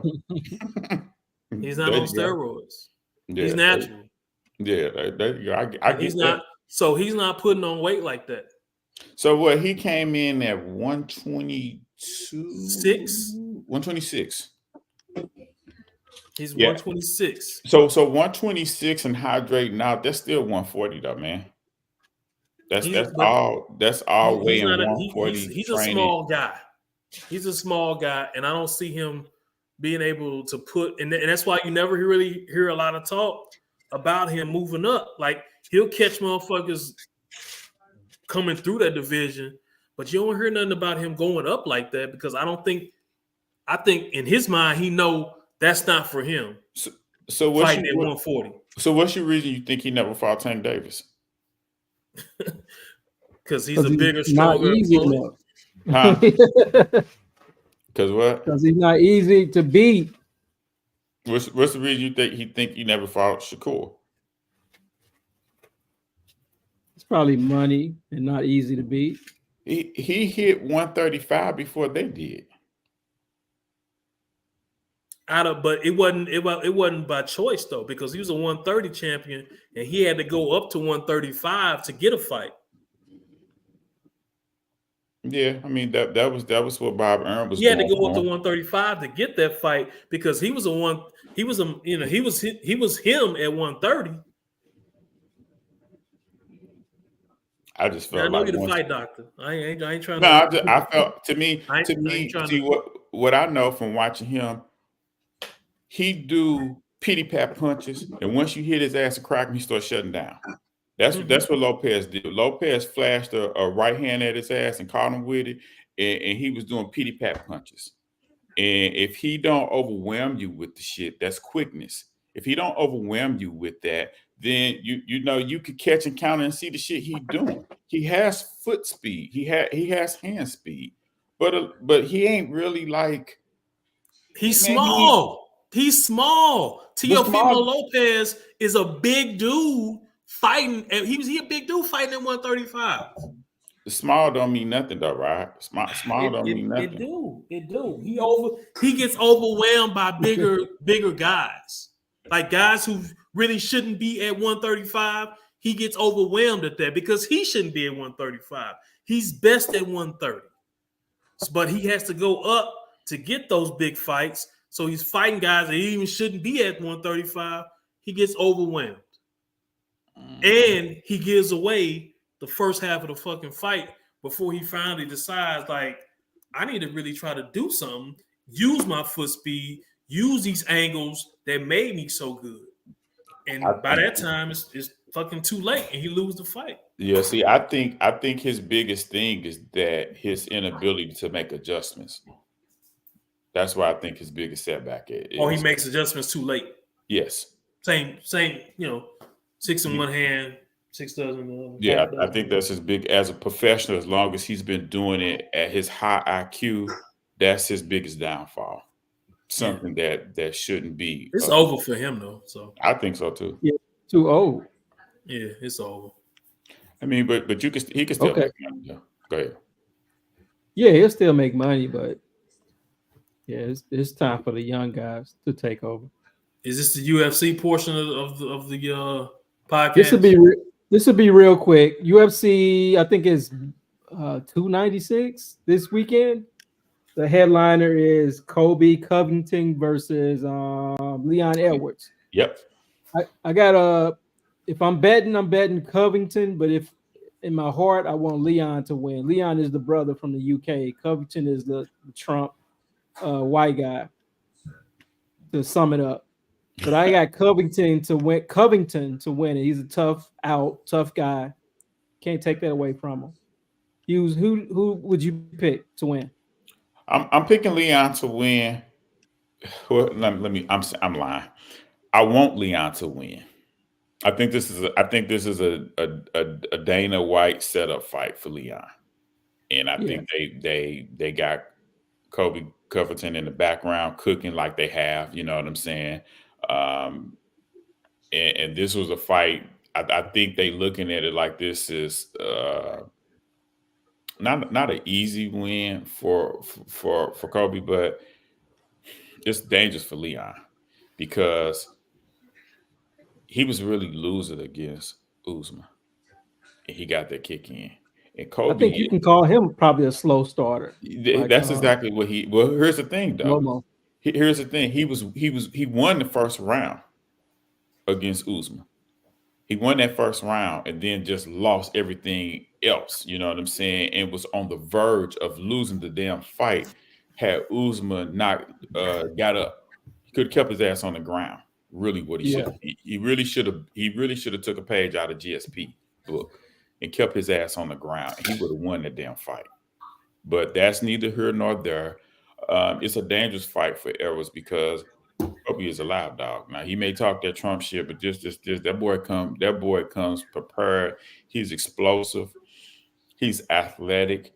He's won some. He's lost some. So I'm gonna be pulling for Leon, and I'm really gonna be pulling for him. This is a dangerous ass fight for him. Like I don't think Kobe really deserved this damn fight, to be honest with you. But if I had to lay money, just because I think Leon is the favorite, I would lay the money on the underdog, which would probably be Kobe. But I'm pulling for Leon, but I think Kobe gonna get him. Yep. Okay, Rodney, what's your take? I agree. I concur. Let's wrap it up. Swerve of the week. If you don't have one, just give it to Diddy. I got who wants to go first? I'll go with the Texas Attorney General for giving that woman such a hard time and talking about suing anybody who administers an abortion to her. I'll go with that. Texas Attorney General. Okay. My swerve of the week is either I would say it's all the NBA players that allow Draymond Green to do shit to them. Turn around, backslap them, punch them, stump on your chest. It's all you motherfuckers who act like y'all don't know how to fight. That man clearly turned around and punched him. He laid on the damn floor like, man, I would beat Draymond ass so bad for the shit he does. But he's my swerve of the week for that shit. You know, it's disturbing. But do you see who he does it to? Yeah, That's my yeah. yeah. You have Go to ahead, I'm look at sorry. who he does it to. Yeah, He's picking on people. he is. Certain people, Mm-hmm. Yeah. certain ethnicities. I see. What do you mean, Rodney? What do you mean? Well, Jordan Uh, Poole is a brother, and he did He Jordan Poole that stamped. way. He stepped on Sabonis' chest. Mm-hmm. He just hit Nurkic in the face. He kicked Steven Adams in the nuts. He punched Jordan Poole. I mean, we wasn't supposed to see that though. We talking about shit. We talking about shit that happened in a game. So the only brother that he did something to in a game was shit LeBron. What did he do to LeBron? When he got suspended in the finals, you remember? Hit him in the No, what nuts, did he- called him a bitch. Oh, yeah. You can't do that. But yeah, he clearly does what he does against certain people. Yeah, that's true. That's true. Okay. My swerve of the week is Cameron. Sometimes Cameron goes overboard. I like him. I like the show. I like him and Mace together. But sometimes he just goes overboard. I'm talking about him and his Melissa Ford commentary. Yeah, I agree. It's probably not probably. I think it's overboard. Some stuff you don't have to repeat. Could just let it go. So Melissa Ford, she said something about him and Mace with underage woman, right? Right. Because they was talking about being in the whorehouse and taking the chick out, whatever. And she said something about underage. So what was Cam's response? I think he called her out her name. Called her a bitch? He went further than that. He said she used to trick like in New York clubs. She used to turn tricks and just, took that route, which I don't know if that's true or not. But she shouldn't have said that. He also put a post up and was like, "This is why I don't," when she tried to apologize, like, "This is why I don't speak to this beat." You know what I'm saying? Okay. Yeah. I mean, I'm not She here. should- That's one of the rules. We don't dispute someone else's swerve of the week. But hearing that, like, she came in here first, so like, I don't know. Yeah, I mean, listen. I think he was overboard for the whole Joe Smith wife shit. I Yeah, think he he's was. overboard for that. He was. But when Melissa Ford said what she said, Joe Budden got her together. The whole show got her together. Sometimes when you pardon, and I'm guilty of it, you may not even know about the story, but you just comment on it. And I think that's kind of what she was doing, just trying to have a hot take. Mm-hmm. But as soon as she said it, they stopped her and got her right. It was like, whoa, wait a minute, you can't say that, you can't prove that. Mm-hmm. And then she took it back, right on, a few minutes later. Sure but did. is it right if he wants to, feel a certain way about it to say something? But I think he just went overboard. When you talk about like not snitching a lot, that's kind of a snitch move to say something like that. Yeah. But go ahead. What were you saying? No, I mean, I just think sometimes it never looks good for men when we argue with women in public. You know what I'm saying? And when we call them out their name, you never walk away looking at a brother like, yeah, he handled that right. You know what I'm saying? It makes you look less of a man when you just too overly aggressive with a woman, you know? Yeah. Yeah. Okay. You guys have anything else you want to add before we go? Nope. No, I think this was a good venting session. You know, we hadn't had a podcast in a minute, so we got a little things off our chest. Be looking forward to getting the whole crew back together. Yeah. Hopefully soon. Let's try to get back together. I think Hughes, you were saying this Sunday. Yeah, this Sunday. We That should makes do that sense. on the game. So All right. real quick. Who's the Cameron of this group? That's Ant to me. Either Ann or you. Probably Ann or you. Yeah. Yep. All right. Pod Deep. Signing Peace. off. All right. Till next time. All right. Deep. I deep.